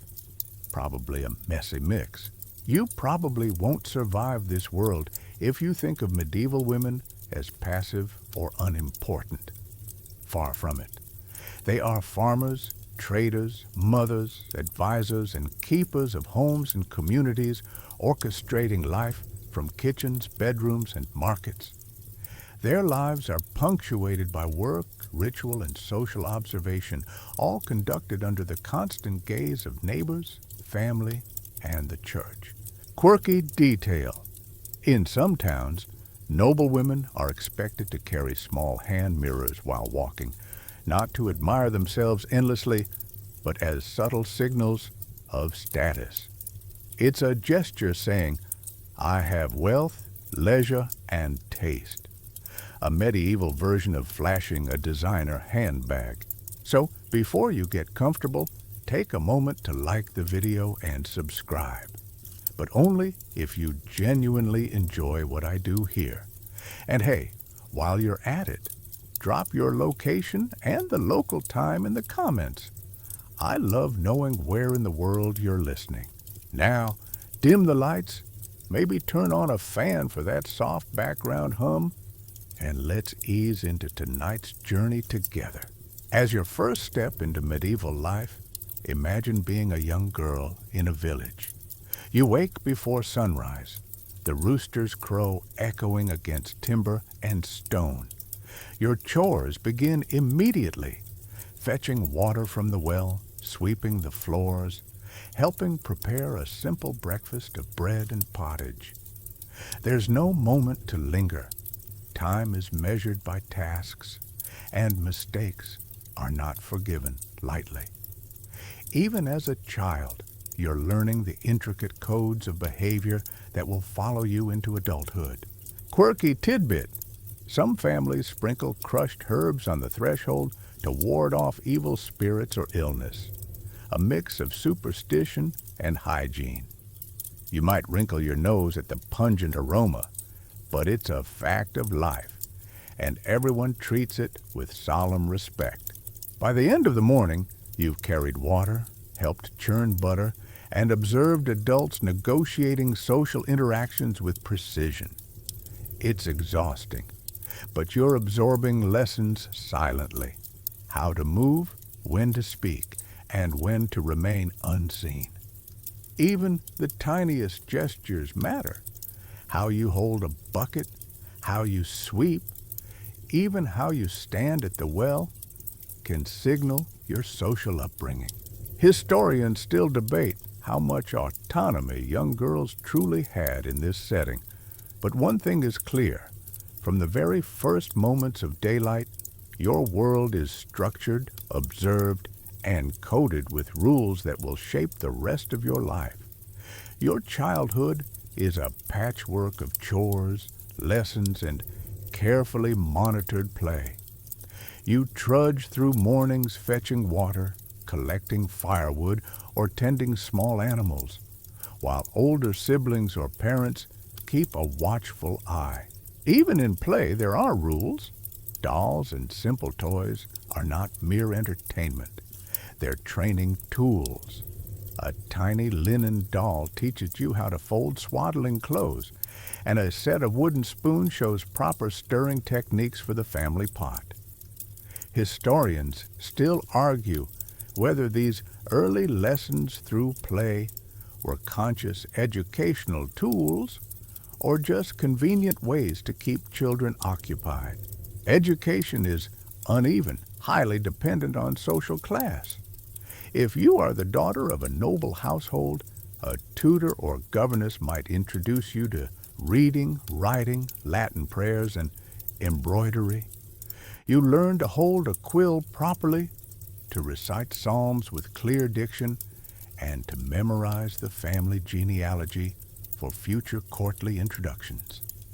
If you are a peasant girl, literacy is unlikely, and your school is the field, the kitchen, and the wisdom of your mother or elder women in the village. Nevertheless, you learn practical mathematics while measuring grain, and you pick up herbal remedies for minor ailments, skills that are as crucial to survival as reading a scroll. Quirky detail. In some regions, girls are taught to carry a small charm or amulet sewn into their clothing, supposedly to protect them from the evil eye, while they complete chores. You might roll your eyes today, but back then, superstition blends seamlessly with daily life. Chores themselves are demanding. Feeding chickens, drawing water from the well, kneading bread, washing clothes in cold streams, and tending the garden fill your day. You learn the rhythm of seasonal work early, planting in spring, harvesting in summer, preserving in autumn, and preparing for winter. The smell of fresh bread, the roughness of wool, the sting of cold water on hands, all become familiar companions marking the passage of your childhood. Family hierarchy shapes everything. Your obedience is expected, and deviation can bring mild punishment or sharp words. You learn quickly to read subtle cues from your parents, the shift of an eyebrow, a tightening of the lips, the tone of a single word. These are lessons in diplomacy before you ever step into a wider social world. Fringe custom. Some villages assign specific watchers for children, rotating among older girls to ensure that no young girl wanders alone. It's less about safety than enforcing the social order. You are always observed, your movements cataloged by your peers and elders alike. By dusk, you may feel exhausted but enlightened, carrying knowledge of tasks, etiquette, and survival. Even in seemingly mundane actions, your training in resilience and observation prepares you for the responsibilities, rituals, and constraints that adulthood will demand. As you grow, the family hierarchy becomes an ever-present guide, sometimes gentle, sometimes harsh. You trudge through long days, understanding that your voice is measured against the expectations of your parents, older siblings, and extended relatives. Obedience is not optional. It is survival. You learn to anticipate their moods, to move quietly when they are busy, and to offer assistance without being asked. Historians still argue whether strict domestic hierarchies empowered girls with structured skills or simply reinforced submission. Your role within the household is coded from an early age. As the eldest daughter, you might be expected to mentor younger siblings, ensure chores are completed on schedule, and act as a junior manager of the home. If you are younger, you watch and imitate, learning the intricate dance of responsibility that will prepare you for adult life. This hierarchy isn't static. It shifts subtly with the arrival of new family members, marriages, or deaths. You must constantly readjust your behavior, balancing authority and deference. Quirky detail. In some regions, noble households have a system of speech tokens, small coins or markers given to girls when they successfully speak only at appropriate times in family gatherings. It's an elaborate way of teaching discretion, and you carry it like a tiny badge of honor or embarrassment. Daily life revolves around routine and observation. You notice which siblings are favored, which tasks draw praise, and which mistakes might be repeated without comment. The smell of freshly baked bread, the clatter of wooden utensils, and the rhythm of sweeping the hearth floor become markers of social order. You're learning to operate within these patterns, internalizing lessons of hierarchy that will shape your ability to navigate broader social networks later. At the dinner table, seating and manners reflect family structure. Elders are served first, their opinions often voiced loudly, while younger children remain observant. Every movement, gesture, and glance carries meaning. Even the placement of a ladle, the speed of pouring water, or the act of wiping one's hands correctly signals knowledge of the family's unspoken codes. Fringe custom. Some medieval households require girls to perform a small bow or curtsy whenever passing an elder indoors, even in private corridors. This isn't purely ceremonial. It reinforces awareness of spatial and social hierarchy, making every hallway a miniature stage of decorum. By understanding these subtle dynamics, you begin to realize that domestic power is as complex as any court intrigue. Even as you carry water or fold linens, you are practicing diplomacy, reading intentions, and preparing to assert influence in ways that outwardly appear gentle but are deeply strategic. Every day, the household becomes a microcosm of society itself, and you learn early that observing, adjusting, and performing your role perfectly is the key to survival. Clothing in the Middle Ages is far more than mere protection from the elements. It's a language, a social signal, and sometimes a trap. You trudge down the hall, feeling the weight of your wool gown against your arms, the tight lacing of your bodice subtly reminding you that appearance is a discipline as much as a preference.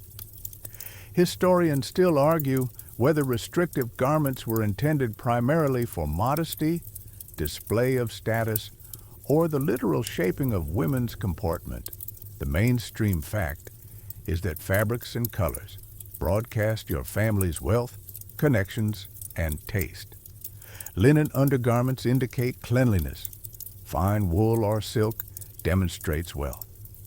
Dyed fabrics in bold colors hint at political allegiance or regional pride. Patterns and embroidery are similarly coded. A certain motif may signify loyalty to a noble house, while others are simply decorative, meant to impress visitors and neighbors. Quirky tidbit. In some courts, you're expected to avoid certain colors during specific seasons or religious festivals, Wearing red during Lent might signal defiance or ignorance, and you'll feel the disapproving glances of those who notice. It's like fashion meets moral policing, and every choice is scrutinized. Gowns themselves are a study in rules. Sleeves may be long or detachable, but only certain lengths are socially acceptable. Too long, and you risk tripping or being judged as pretentious. Too short, and people might whisper about your family's modesty. Belts, brooches, and veils have precise positions, often dictated by manuals or long-standing custom, leaving little room for improvisation. Daily dressing is a performance. You may have an attendant to help you with layers, lacing, and headwear. The act of dressing can take hours, especially for formal occasions, with each movement observed by others. Fringe custom.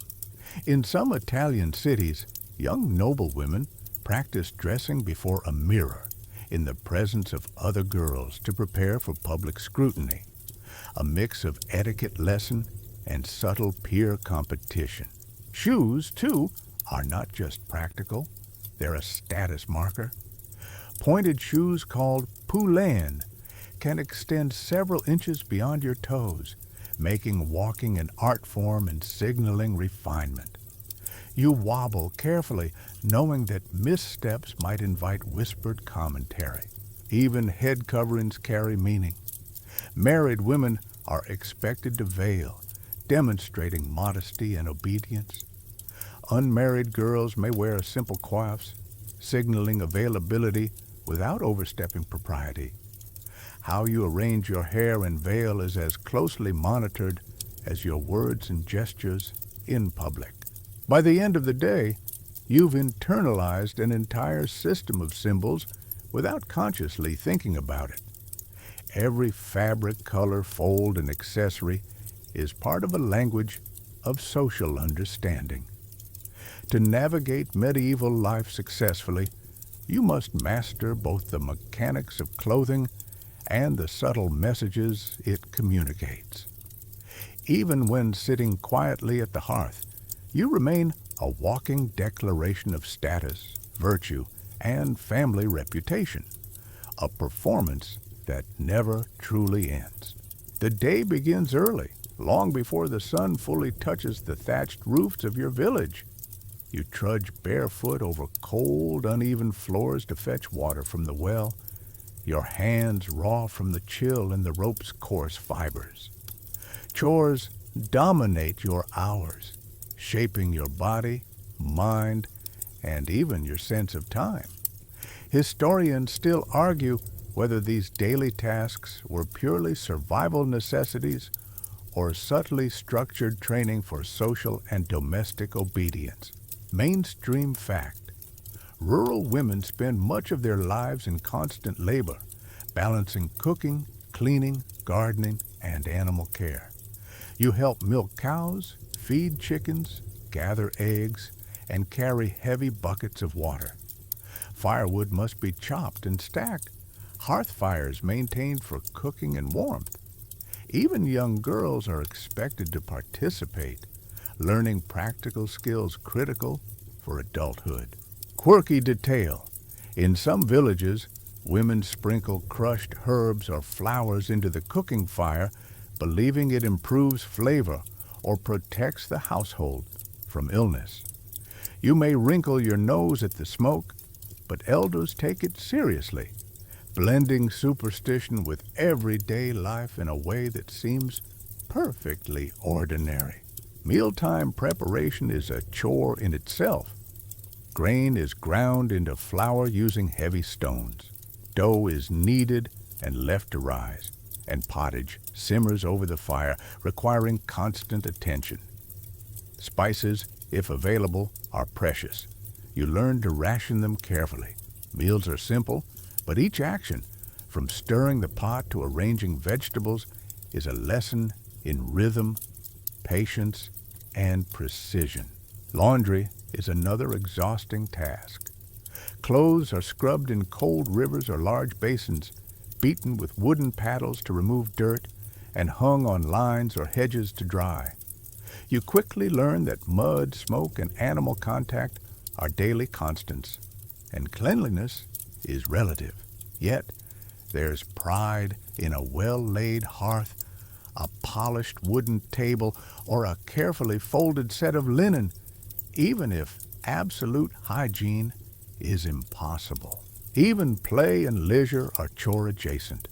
Children may spin wool, help with weaving, or assist with minor tasks that entertain while training. Games are often practical, racing to fetch water, balancing baskets, or counting grains. Humor and storytelling are interwoven with work, offering relief from physical strain while subtly teaching social lessons. Fringe custom. In some northern regions, women chant short work songs while pounding laundry or churning butter. These rhythmic calls help coordinate labor and ward off fatigue, but also serve as a cultural marker. Neighbors recognize your household by the tune. By sunset, muscles ache and fingers are raw, but you've mastered another day's rhythm. Work defines your identity and prepares you for the layered responsibilities of adult life. Every bucket carried, every hearth tended, is a step in learning endurance, skill, and the silent diplomacy of rural survival. Not all women live in fields or cottages. Some of you trudge through bustling town streets where the rhythm of life is different but equally demanding. Urban women navigate narrow alleys, crowded marketplaces, and busy workshops, balancing family obligations with trade responsibilities. Historians still argue whether town life offered more autonomy for women or simply replaced rural labor with socially visible labor under stricter observation. The mainstream fact: many urban women work alongside family members in small shops, craft guilds, or markets. You may be grinding grain, baking bread, spinning thread, or selling textiles. In wealthier households, daughters of merchants may learn bookkeeping or inventory management. Work is constant, but it provides a modest sense of agency and occasionally a chance to earn recognition beyond the domestic sphere. Quirky detail. Some townswomen carried small helper animals, cats to control rodents in shops, or tiny dogs in baskets, not only for practical reasons, but also as status symbols and companions while working long hours. Imagine balancing a basket of yarn while a tiny cat peers over the edge, judging your weaving skills. Market days are rigorous. You must present goods attractively, call attention to quality without appearing greedy, and negotiate with strangers whose patience may be short. Every interaction is observed. Too loud and you're rude, too timid, and customers doubt your competence. Even your appearance is scrutinized, as modesty and status must be carefully balanced. No revealing skirts, but no dingy aprons either. Education is practical. You learn arithmetic for transactions, memorization for trade inventory, and the subtle art of persuasion. Fringe custom. Some merchant families train daughters to use coded gestures during negotiations. Hand placement, eye contact, or subtle nods indicate readiness to barter or caution against overcharging. A single misread signal could cost reputation or profit. Even leisure in town is entwined with work. Festivals, fairs, and religious celebrations provide opportunities to observe fashion, courtship, and social hierarchy. Women watch carefully, learning which merchants are generous, which families are influential, and how to navigate spaces safely. In some cases, attending a festival is almost like on-the-job training in diplomacy and perception.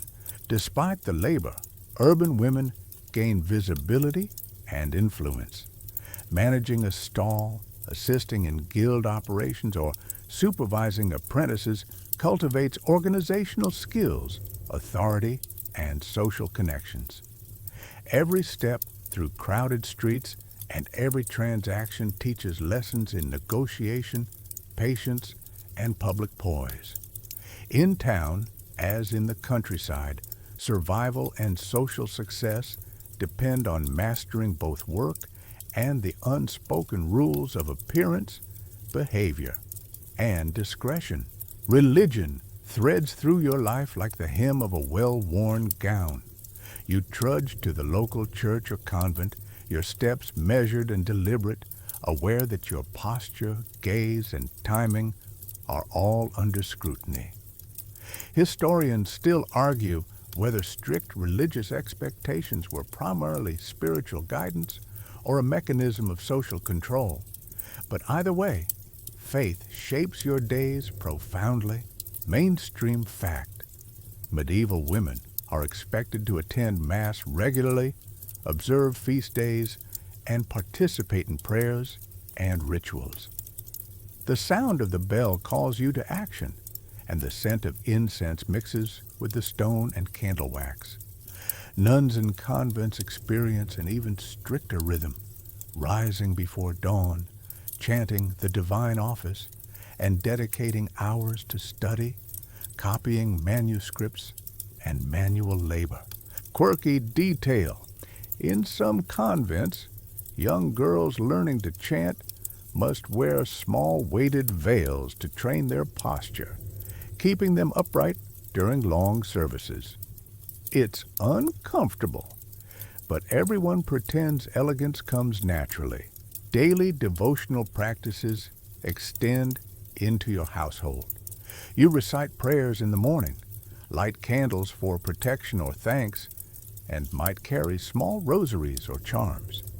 Some families mark doorways with holy symbols, believing it shields them from disease or misfortune. The line between spiritual observance and superstition is thin, and you navigate both intuitively. Fringe custom: in certain regions, women participate in processions of the invisible saint, walking silently through streets at night, believed to bring blessings or ward off misfortune. You may feel ridiculous, but compelled to join, as neglect is considered a sign of impiety or laziness. Religious instruction is intertwined with literacy for some girls. You learn to read psalms, prayers, and religious texts, even if your alphabet practice is rudimentary. Noble families often hire tutors to teach Latin prayers, while peasant girls rely on oral repetition and visual memory. Both methods instill moral lessons, obedience, and social norms, ensuring your integration into the spiritual and social fabric. Even small rituals carry weight. Lighting candles in a specific order, kneeling precisely, or observing periods of fasting are not just spiritual acts. They are signals of discipline, attentiveness, and conformity. Failure to observe these can invite whispers or scolding. By evening, after attending services, reciting prayers, and performing small devotional acts at home, you feel the weight of the day. Yet religion also offers a framework for understanding the world. Your suffering has purpose, your labor is meaningful, and your adherence to ritual connects you to a community larger than your household. It is both a guide and a form of social instruction, a rhythm that underpins every aspect of medieval female life. Education in your world is never optional. It's a privilege, a necessity, and sometimes a secret rebellion. You trudge through long hours learning what society deems appropriate for a girl, reading prayers, stitching intricate patterns, and memorizing household accounts. Historians still argue whether formal education truly empowered medieval women or merely groom them to perform domestic roles more efficiently. The mainstream fact is that literacy among women is highly uneven. Noble women may read Latin texts, maintain household ledgers, and correspond with family across towns or countries. Peasant girls rarely learn to write, but they develop practical numeracy for counting coins, measuring ingredients, and dividing resources. You realize early that education is never just about knowledge. It's a tool for survival and influence, even if subtly wielded. Quirky detail.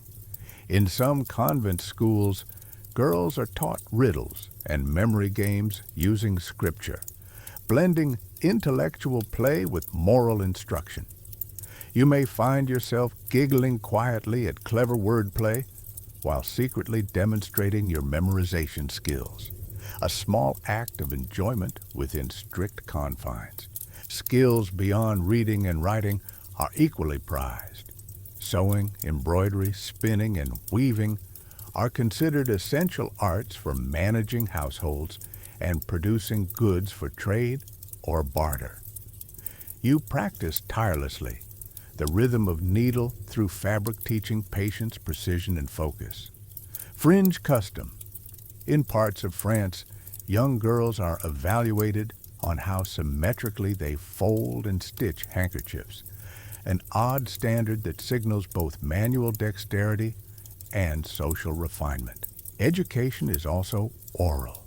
Storytelling, folk tales, and instruction from older women supplement formal lessons, passing down knowledge about herbal remedies, household management, and local customs. You memorize recipes for poultices, methods for preserving food, and subtle signals for negotiating social encounters. Every lesson blends practical utility with moral and social training. Even religion shapes literacy. Psalms, prayers, and hagiographies provide both spiritual instruction and practice in reading. You notice patterns, rhyme schemes, and repetitions, all designed to aid memorization. Some historians suggest that these repetitive texts created a mental framework not just for faith, but for cognitive discipline, helping you navigate both written and unwritten societal codes. By the end of the day, your head spins with letters, stitches, and recipes. Yet education, in all its forms, is a door. It's a private tool of empowerment, subtle influence, and self-expression. While outwardly you may appear to obey and conform, your growing knowledge becomes a quiet assertion of competence, intelligence, and social awareness, a foundation for the nuanced life of a medieval woman. Health and hygiene in your world are a patchwork of observation, experience, and superstition. You trudge through the day feeling every ache from chores, every bite from insects, and every sting from cold water while washing clothes or fetching water. Historians still argue whether medieval women were truly at a disadvantage health-wise compared to men, or if their apparent frailty was a cultural perception amplified by clothing, posture, and social expectation. Mainstream fact: medical knowledge is rudimentary. Women rely heavily on herbal remedies and traditional practices. A poultice of yarrow might stop bleeding, chamomile soothes an upset stomach, and nettles strengthen hair. Midwives hold essential roles, attending births, offering advice, and sometimes prescribing secret remedies passed down through generations. You learn early that knowledge of herbs can be life-saving, both for yourself and for the children or neighbors you care for. Quirky detail. In some regions, women apply crocodile dung or other unusual substances as a form of sunscreen or protection against illness. You may wrinkle your nose, but the ritual is believed effective, blending superstition with practical attempts at self-care. Hygiene is also structured by custom. Baths are infrequent and often shared. Daily washing is limited to hands, face, and occasionally feet. Linen undergarments are changed when possible, and scented herbs help mask odors. The act of cleaning isn't just about personal health. It signals social propriety and respectability. Fringe custom. Some women are required to carry small cloths soaked in rose water to dab at the corners of their eyes or mouth in public, a symbolic gesture of cleanliness rather than actual sanitation. Diet affects health as well. Meals are simple: bread, pottage, occasional meat or fish, and seasonal vegetables. You notice that seasoning is scarce and sugar is a rare luxury. Food is functional.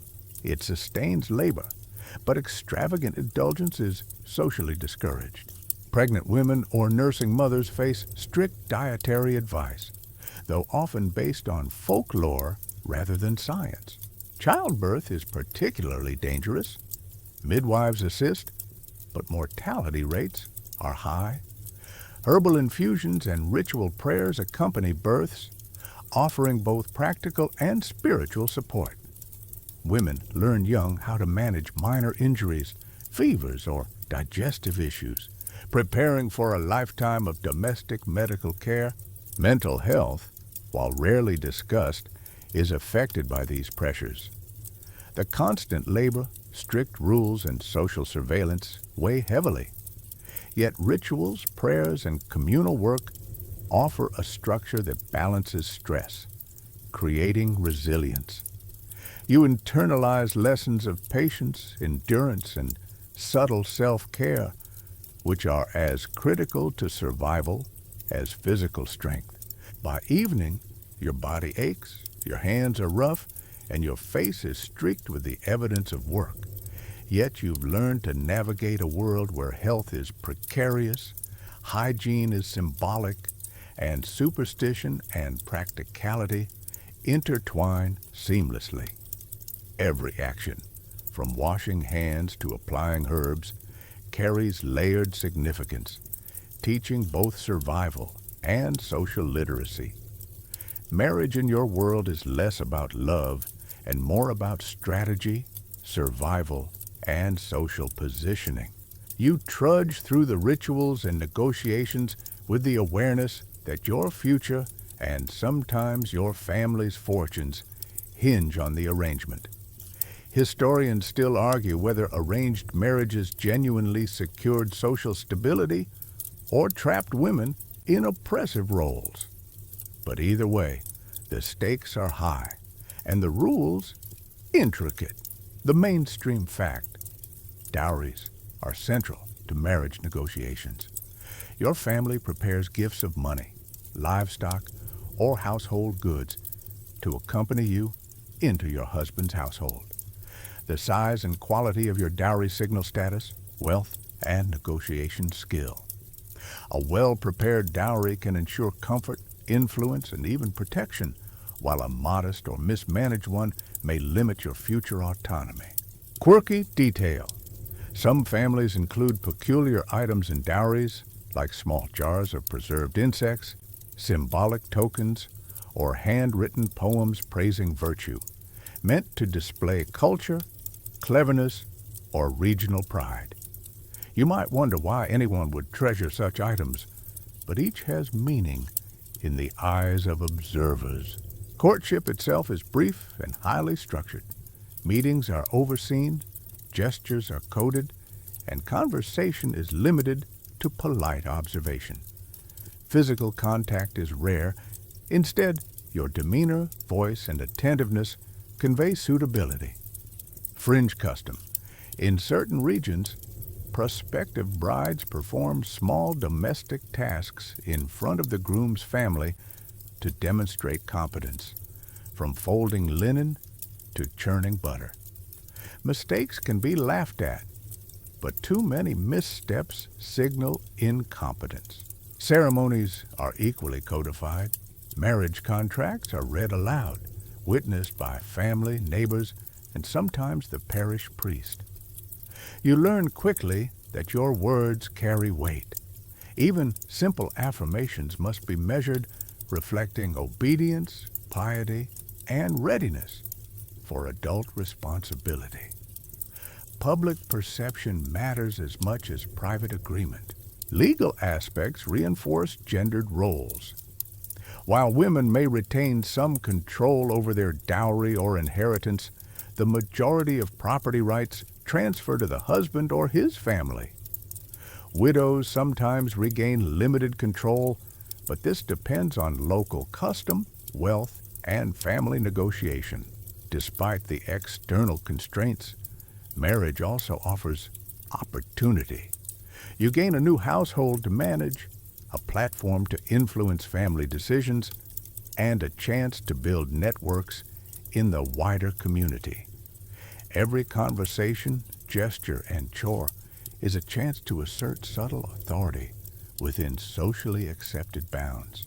By nightfall, the rituals, contracts, and ceremonial practices weigh on you, but you begin to sense that marriage, while limiting in some ways, is also a structured stage where skillful navigation allows for influence, survival, and even quiet empowerment.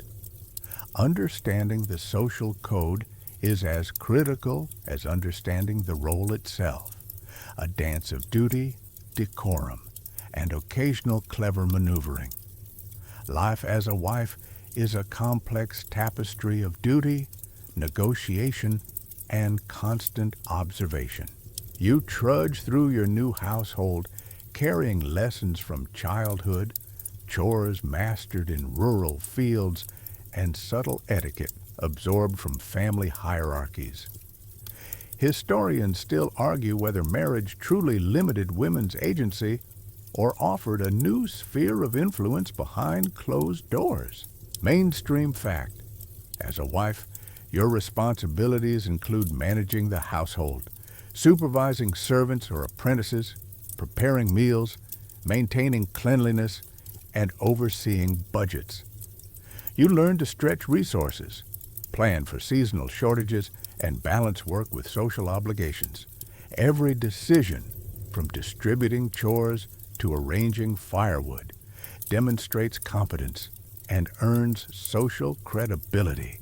Quirky detail: in some noble households, wives carry small control sticks or wands, not magical, but symbolic, used to signal directives to servants silently during formal gatherings. You may wonder if anyone notices, but the practice reinforces subtle authority and efficiency. Social perception is crucial. Your reputation hinges on visible obedience to your husband, yet you are expected to demonstrate competence and discretion in running the household. Fringe custom: certain regions require wives to wear a small badge or knot on their clothing, indicating seniority within the household, an understated signal of their authority to both servants and visiting relatives. Daily life is a blend of routine and ceremony. Meals, for instance, require careful coordination, preparing dishes according to status and season, arranging seating for family and guests, and observing strict etiquette. Even the act of serving bread or pouring ale carries social meaning. A misstep, like spilling a drink in front of visitors, may provoke hushed commentary, reminding you that every motion is observed. Household management extends to economic and legal roles. You may oversee small business transactions, maintain records, and ensure the proper care of livestock or property. Medieval women often wield influence indirectly through these responsibilities, shaping family fortune and community perception. Leisure is rare but structured. Occasional sewing circles, embroidery sessions, or private reading moments allow brief respite, social bonding, and skill refinement. Humor, storytelling, and whispered observations of events beyond the home provide psychological relief, subtly reinforcing social awareness and resilience. By evening, your body is tired from labor, your mind busy with management tasks, yet there is a rhythm to it, a mastery of domestic space, social nuance, and personal influence. Within the structured confines of marital life, you discover subtle power, guiding household decisions, mentoring younger women, and observing society's rules while quietly navigating them to your advantage. Every chore, gesture, and decision becomes a thread in a larger social tapestry, shaping your identity as both a wife and a mediator of household diplomacy. Motherhood is another layer of responsibility layered atop your already busy life.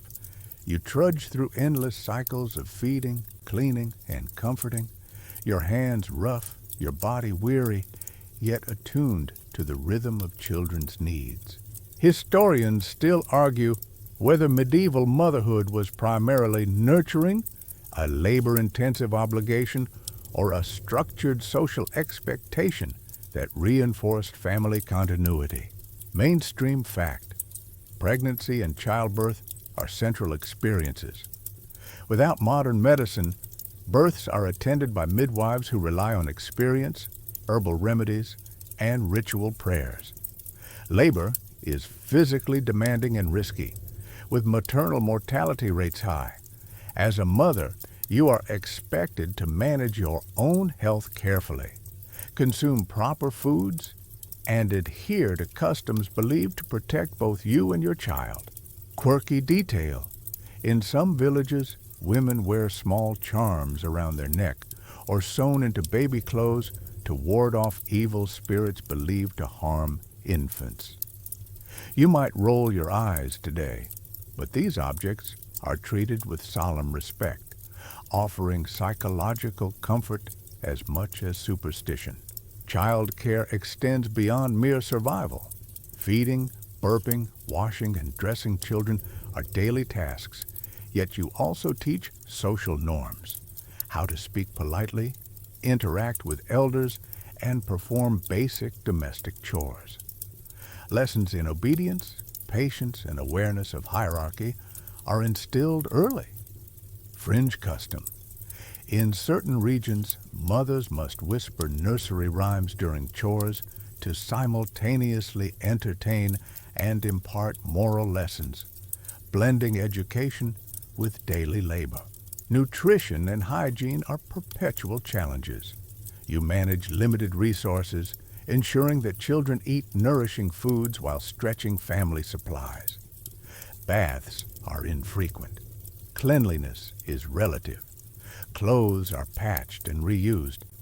Despite these constraints, you cultivate routines that support physical and social development. Health concerns dominate your thoughts.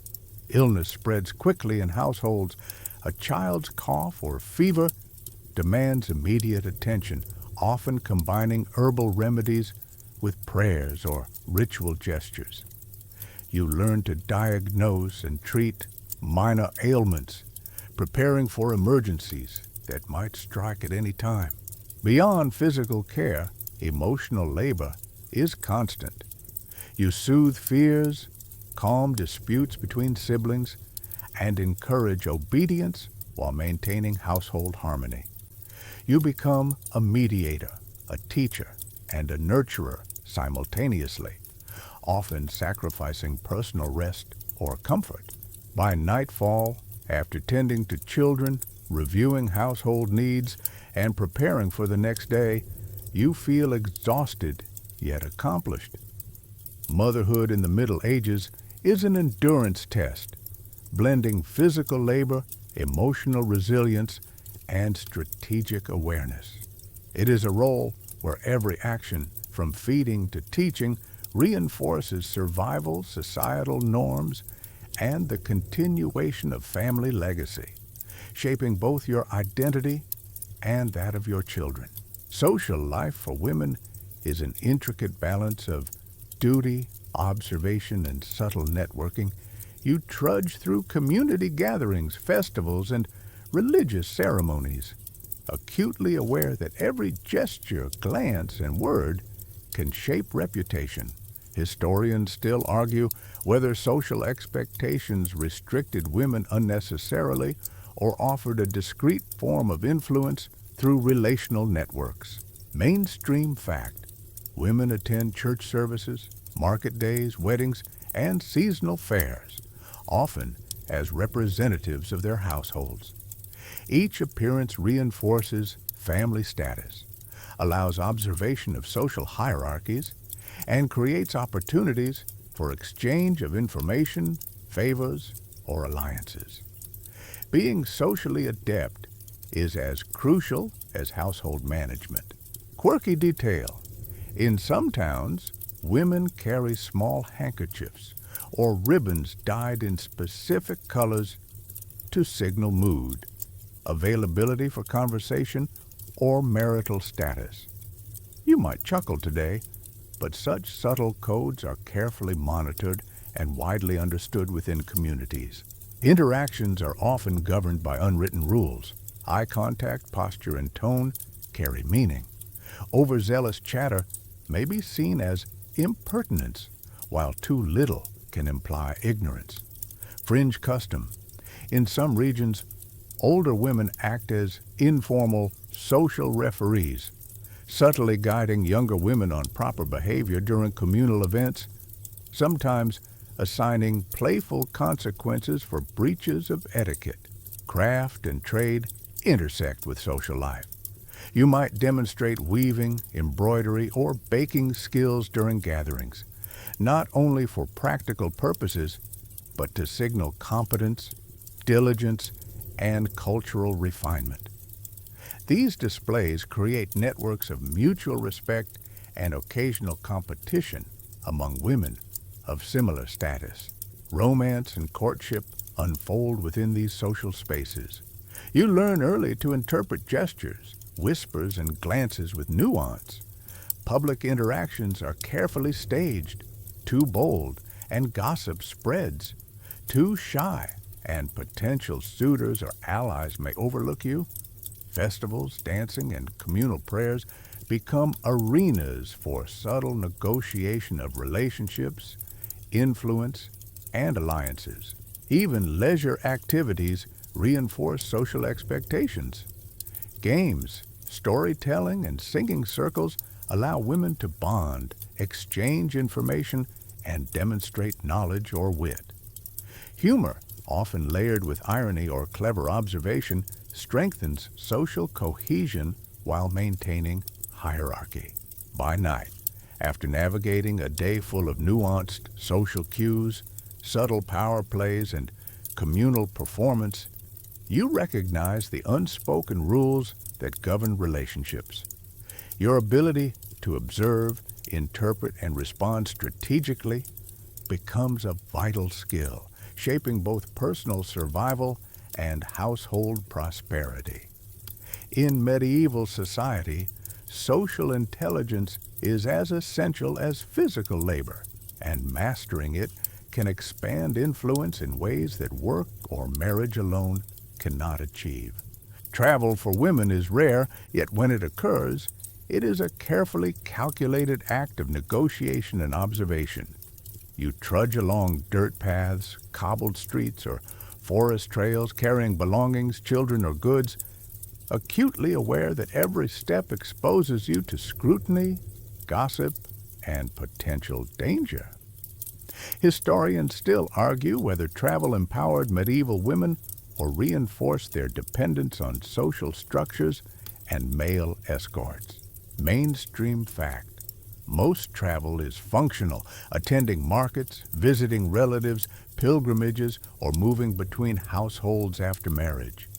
Roads are hazardous. Thieves, wild animals, and inclement weather all pose real threats. Even a short journey demands preparation, careful observation, and knowledge of safe resting places. Quirky detail: some travelers carry small protective charms, not just for superstition, but to signal identity or allegiance to certain guilds or religious orders. You might laugh today, but a well-placed talisman can sometimes prevent confrontation or misidentification. Travel is socially coded. You dress to convey modesty, status, and purpose. Your gait, posture, and even silence communicate respectability, reducing suspicion or harassment. Fringe custom. In certain regions, women carry small bells on clothing or baskets to announce their presence, ward off spirits, and maintain rhythm while walking. A mix of safety, superstition, and performance. Pilgrimages are particularly significant. You may journey to sacred sites, carrying prayers, offerings, or tokens of devotion. These trips blend spiritual observance with social visibility, allowing women to form networks, demonstrate piety, and participate in religiously sanctioned public life. Preparation is extensive. You pack modestly, plan routes, and sometimes travel with companions to ensure safety and propriety. Rural travel often integrates economic duties. Fetching goods, delivering food, or transporting textiles exposes you to wider social networks. You learn negotiation skills, observe regional customs, and gather information beneficial to your household. Even brief interactions teach lessons in diplomacy and observation. By the end of a journey, physical fatigue mixes with mental acuity. Each trip reinforces social awareness, practical skills, and adaptability. For women, mobility is both a challenge and an opportunity, an arena where competence, observation, and discretion extend influence beyond the domestic sphere. Travel becomes a subtle exercise in agency, shaping perception, forging alliances, and expanding knowledge, even within the strictures of medieval society. Work outside the household expands your responsibilities and your visibility, placing you in public spaces where reputation and skill are intertwined. You trudge to fields, workshops, or market stalls, aware that every interaction, smile, gesture, or comment can influence your social standing.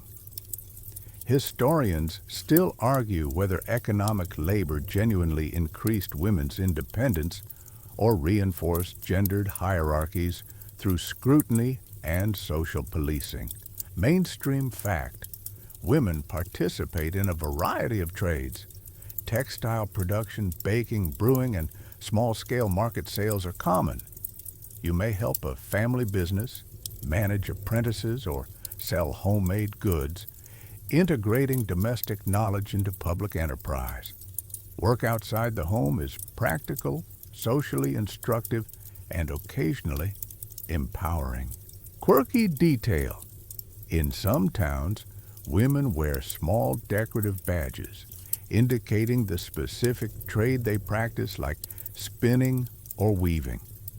It's a quirky way to advertise competence and ensure customers recognize skill levels without needing verbal explanation.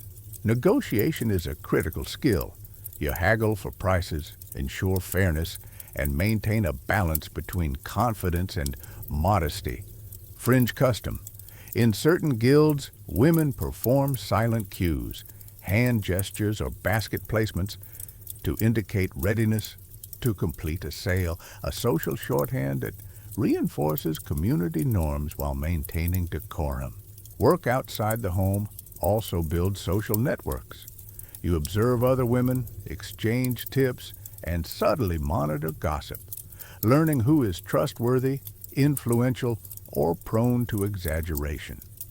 Festivals and market days amplify these interactions, offering moments to demonstrate skill, poise, and knowledge in public, strengthening your household's reputation. Physical labor is demanding. Carrying baskets, Kneading dough or spinning thread for hours strengthens your endurance while teaching rhythm, focus, and precision. Even seemingly mundane tasks are lessons in efficiency and observation, blending physical exertion with social signaling. By evening, you return home, hands rough, back aching, but with a subtle sense of autonomy. Work outside the household may be framed by social rules, but it provides practical experience, public visibility, and the ability to influence perception. For women, these public roles complement domestic life, creating a nuanced spectrum of labor, authority, and subtle power that extends beyond mere household management. Leisure and entertainment are carefully choreographed aspects of your life, often serving dual purposes of relaxation and social instruction. You trudge into spaces of communal play or private diversion, aware that even amusement is observed, analyzed, and sometimes criticized. Historians still argue whether these activities were genuinely recreational or primarily tools for teaching social skills and reinforcing hierarchy. Mainstream fact: games, music, dancing, and storytelling are common outlets. You may participate in spinning contests, sing work songs, or join circle dances at festivals or religious celebrations. These activities cultivate dexterity, memory, and social grace, providing both amusement and informal education. Quirky detail: some towns host mock tournaments for women where you mimic jousting with sticks or perform choreographed dances representing combat.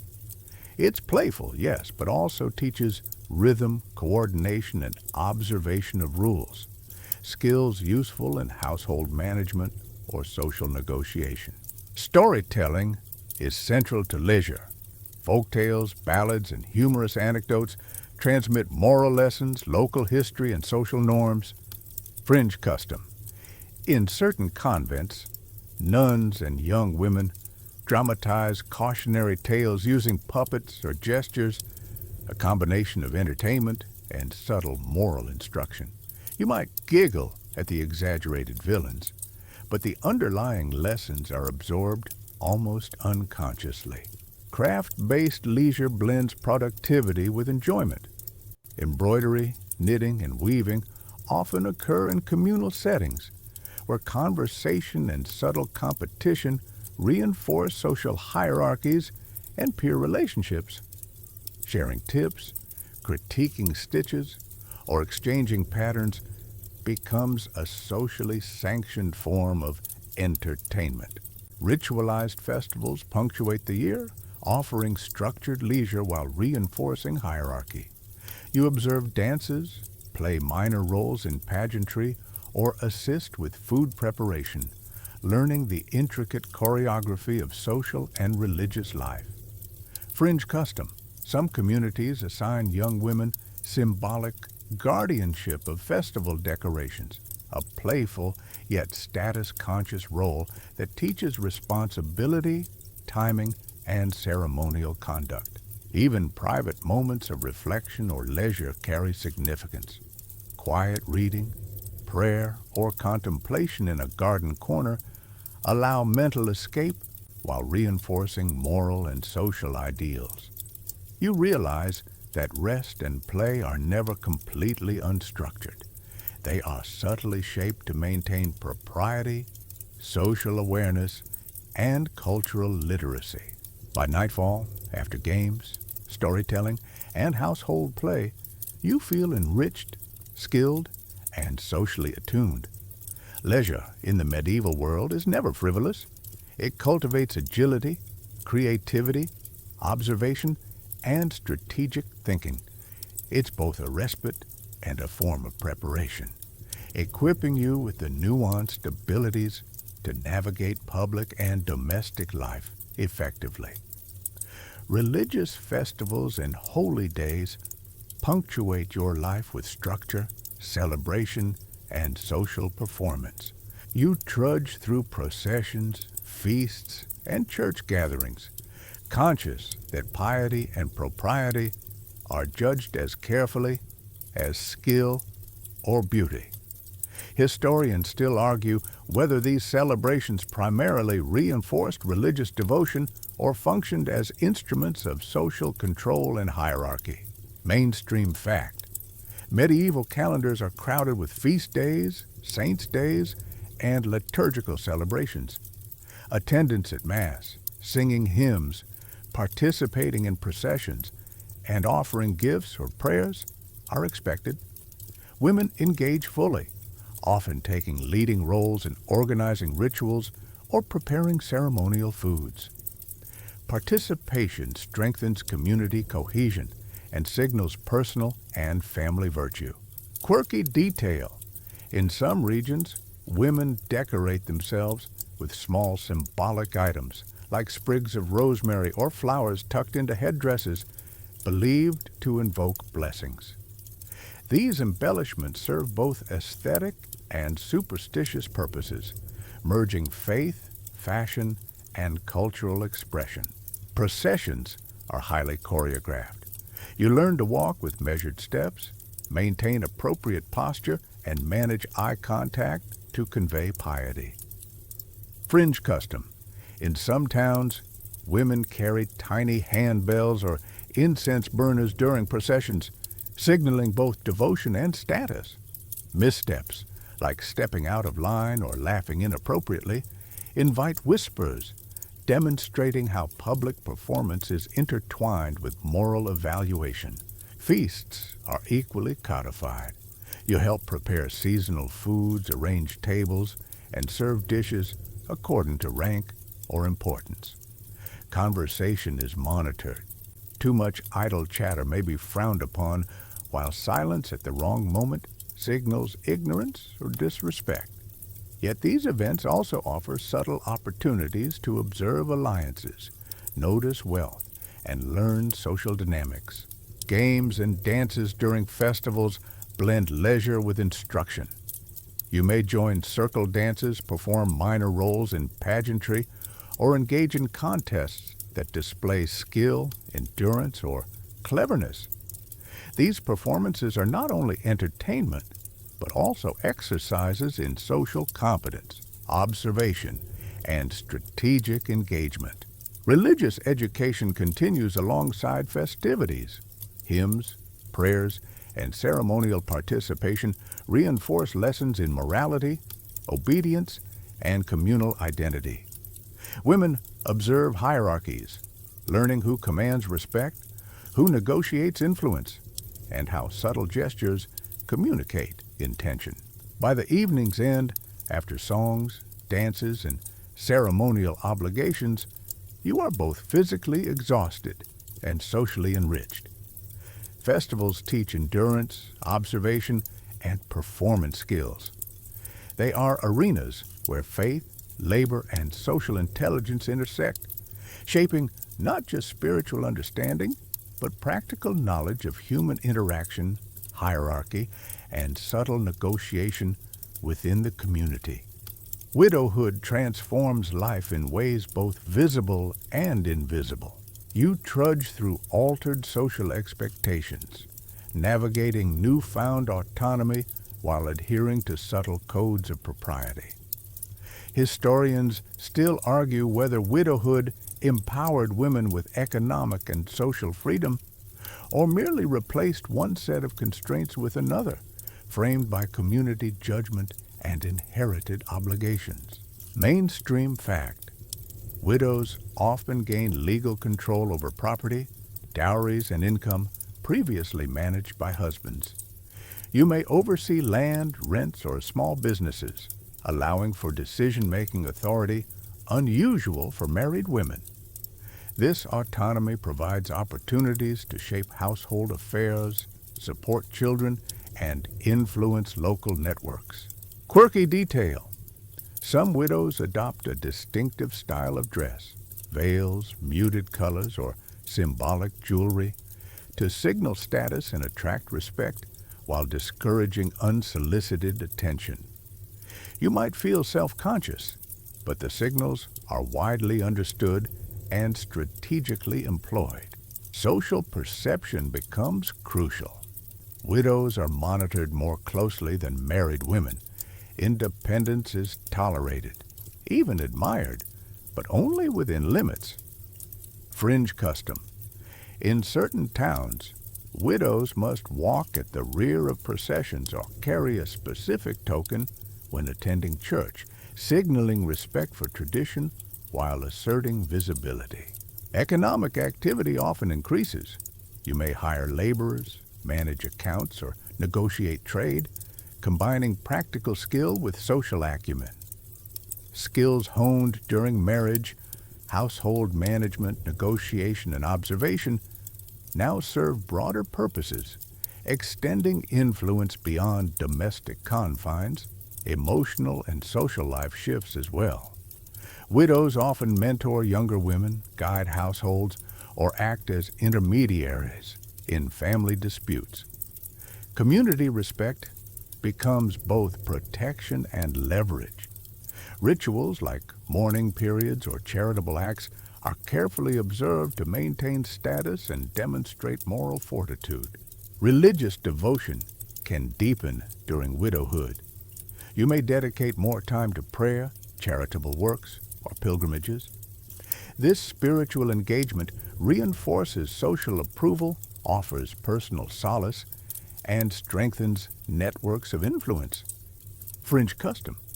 Some widows sponsor small shrines or charitable events, signaling piety while asserting community presence. By evening, after managing property, attending to family, and participating in social and religious obligations, you sense a mixture of freedom and responsibility. Widowhood, while challenging, allows a new arena of influence, blending economic management, social strategy, and moral authority. Every action, from negotiating rents to observing mourning rituals, demonstrates adaptability and resilience in a world where women's roles are both prescribed and negotiable. Aging transforms your daily rhythm, your labor, and your social role. You trudge more slowly through familiar routines, your body bearing the marks of decades of work, childbirth, and household management, while your mind retains the sharp awareness honed over years. Historians still argue whether elder women gained genuine respect and authority or were primarily constrained by physical decline and social marginalization. Mainstream fact: older women often assume advisory roles, mentoring younger wives, daughters, or apprentices. Your experience with household management, child rearing, and social negotiation makes you a repository of practical knowledge, highly valued within the family and community. Quirky detail. In some regions, elder women participate in symbolic ceremonies to bless the young or oversee seasonal festivals, using gestures, chants, or small ritual objects to convey wisdom. You may find yourself performing these rites quietly, aware of the subtle power imbued in them. Physical work diminishes gradually, replaced by supervision, instruction, and community involvement. Fringe custom. Some elderly women are given small ceremonial tools, miniature whisks, needles, or keys to carry as symbols of authority over household or craft spaces. You notice the respect these tokens command, even if the work itself is delegated. Health and comfort become prominent concerns.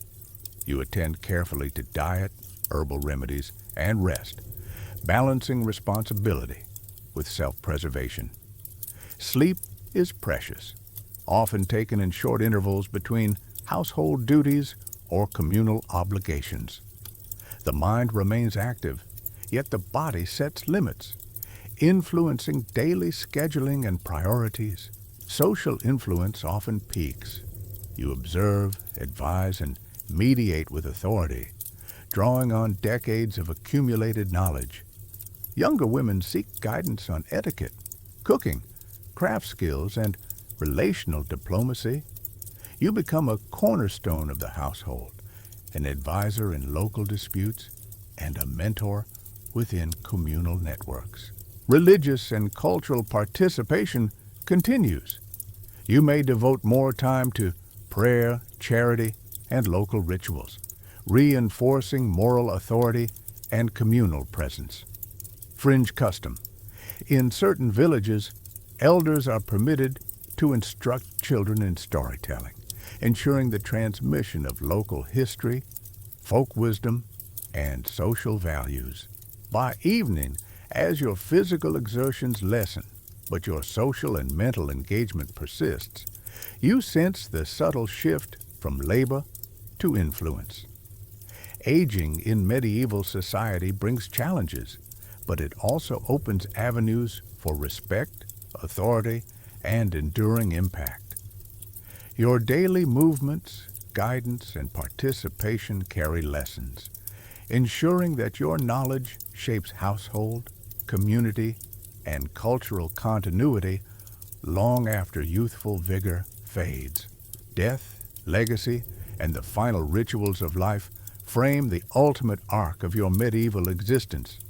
You trudge through a world acutely aware of mortality, knowing that every action, social, religious, domestic, contributes to the memory and respect you leave behind. Historians still argue whether death rituals primarily reinforced community cohesion or served as mechanisms of social hierarchy and control. Mainstream fact: preparation for death begins long before the final moments. Women arrange wills, distribute property, and ensure that household affairs are organized. This practice not only safeguards family continuity, but also allows you to exercise control over a domain that has defined your daily life. Funerary customs are elaborate: washing the body, dressing in finest or symbolic clothing, and conducting vigils with family and community members.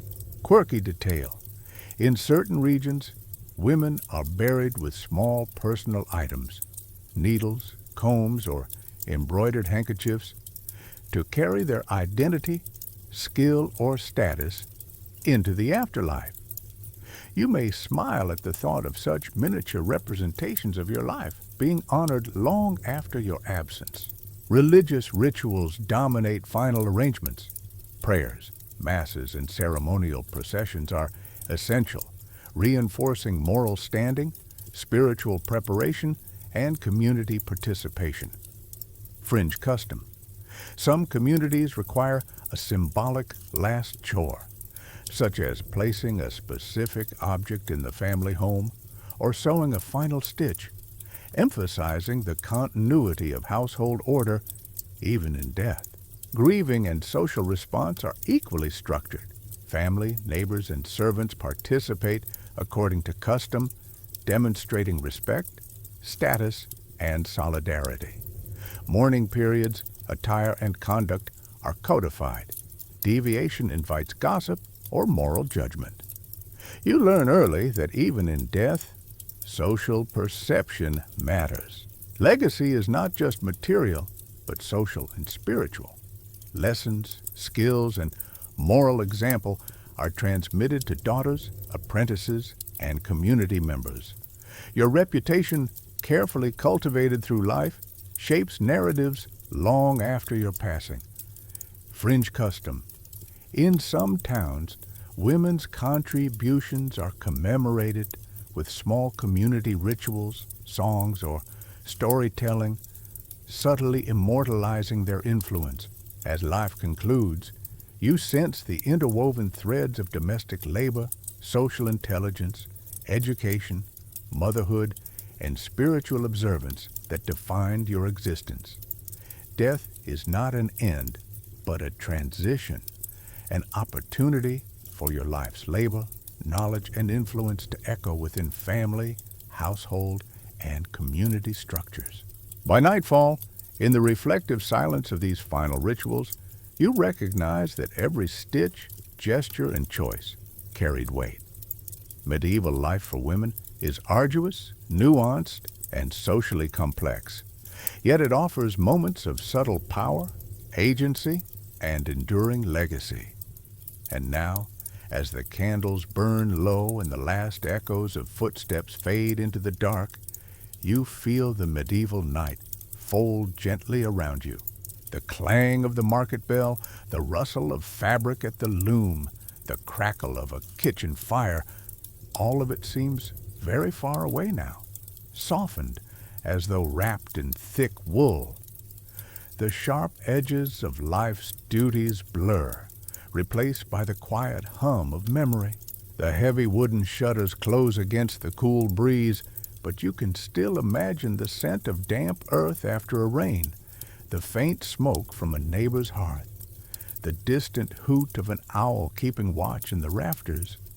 In the hush, you sense the weight of the centuries you've just walked through, the countless women whose footsteps press the same soil, whose laughter, worries, and whispered prayers shape the fabric of their time. Your journey through their lives, full of constraints, rituals, tiny rebellions, and enduring love, has shown you a world both alien and strangely familiar. The gestures change, the clothing shifts, but the heartbeat of care, of building a safe place for loved ones, remains. Let the images drift. A candle's glow on a linen veil, the slow rhythm of a spinning wheel, the murmur of voices over bread dough rising by the hearth. Each detail, once sharp, now softens like morning mist, curling away under the sun. So, close your eyes. Picture the quiet streets of a sleeping medieval town, the moon casting silver over stone and timber. Somewhere, a dog shifts in its sleep. Somewhere, a woman stirs a dying fire to keep it warm until morning. The world is calm, still, and for a moment, timeless. Sweet dreams. End of script. Sweet dreams.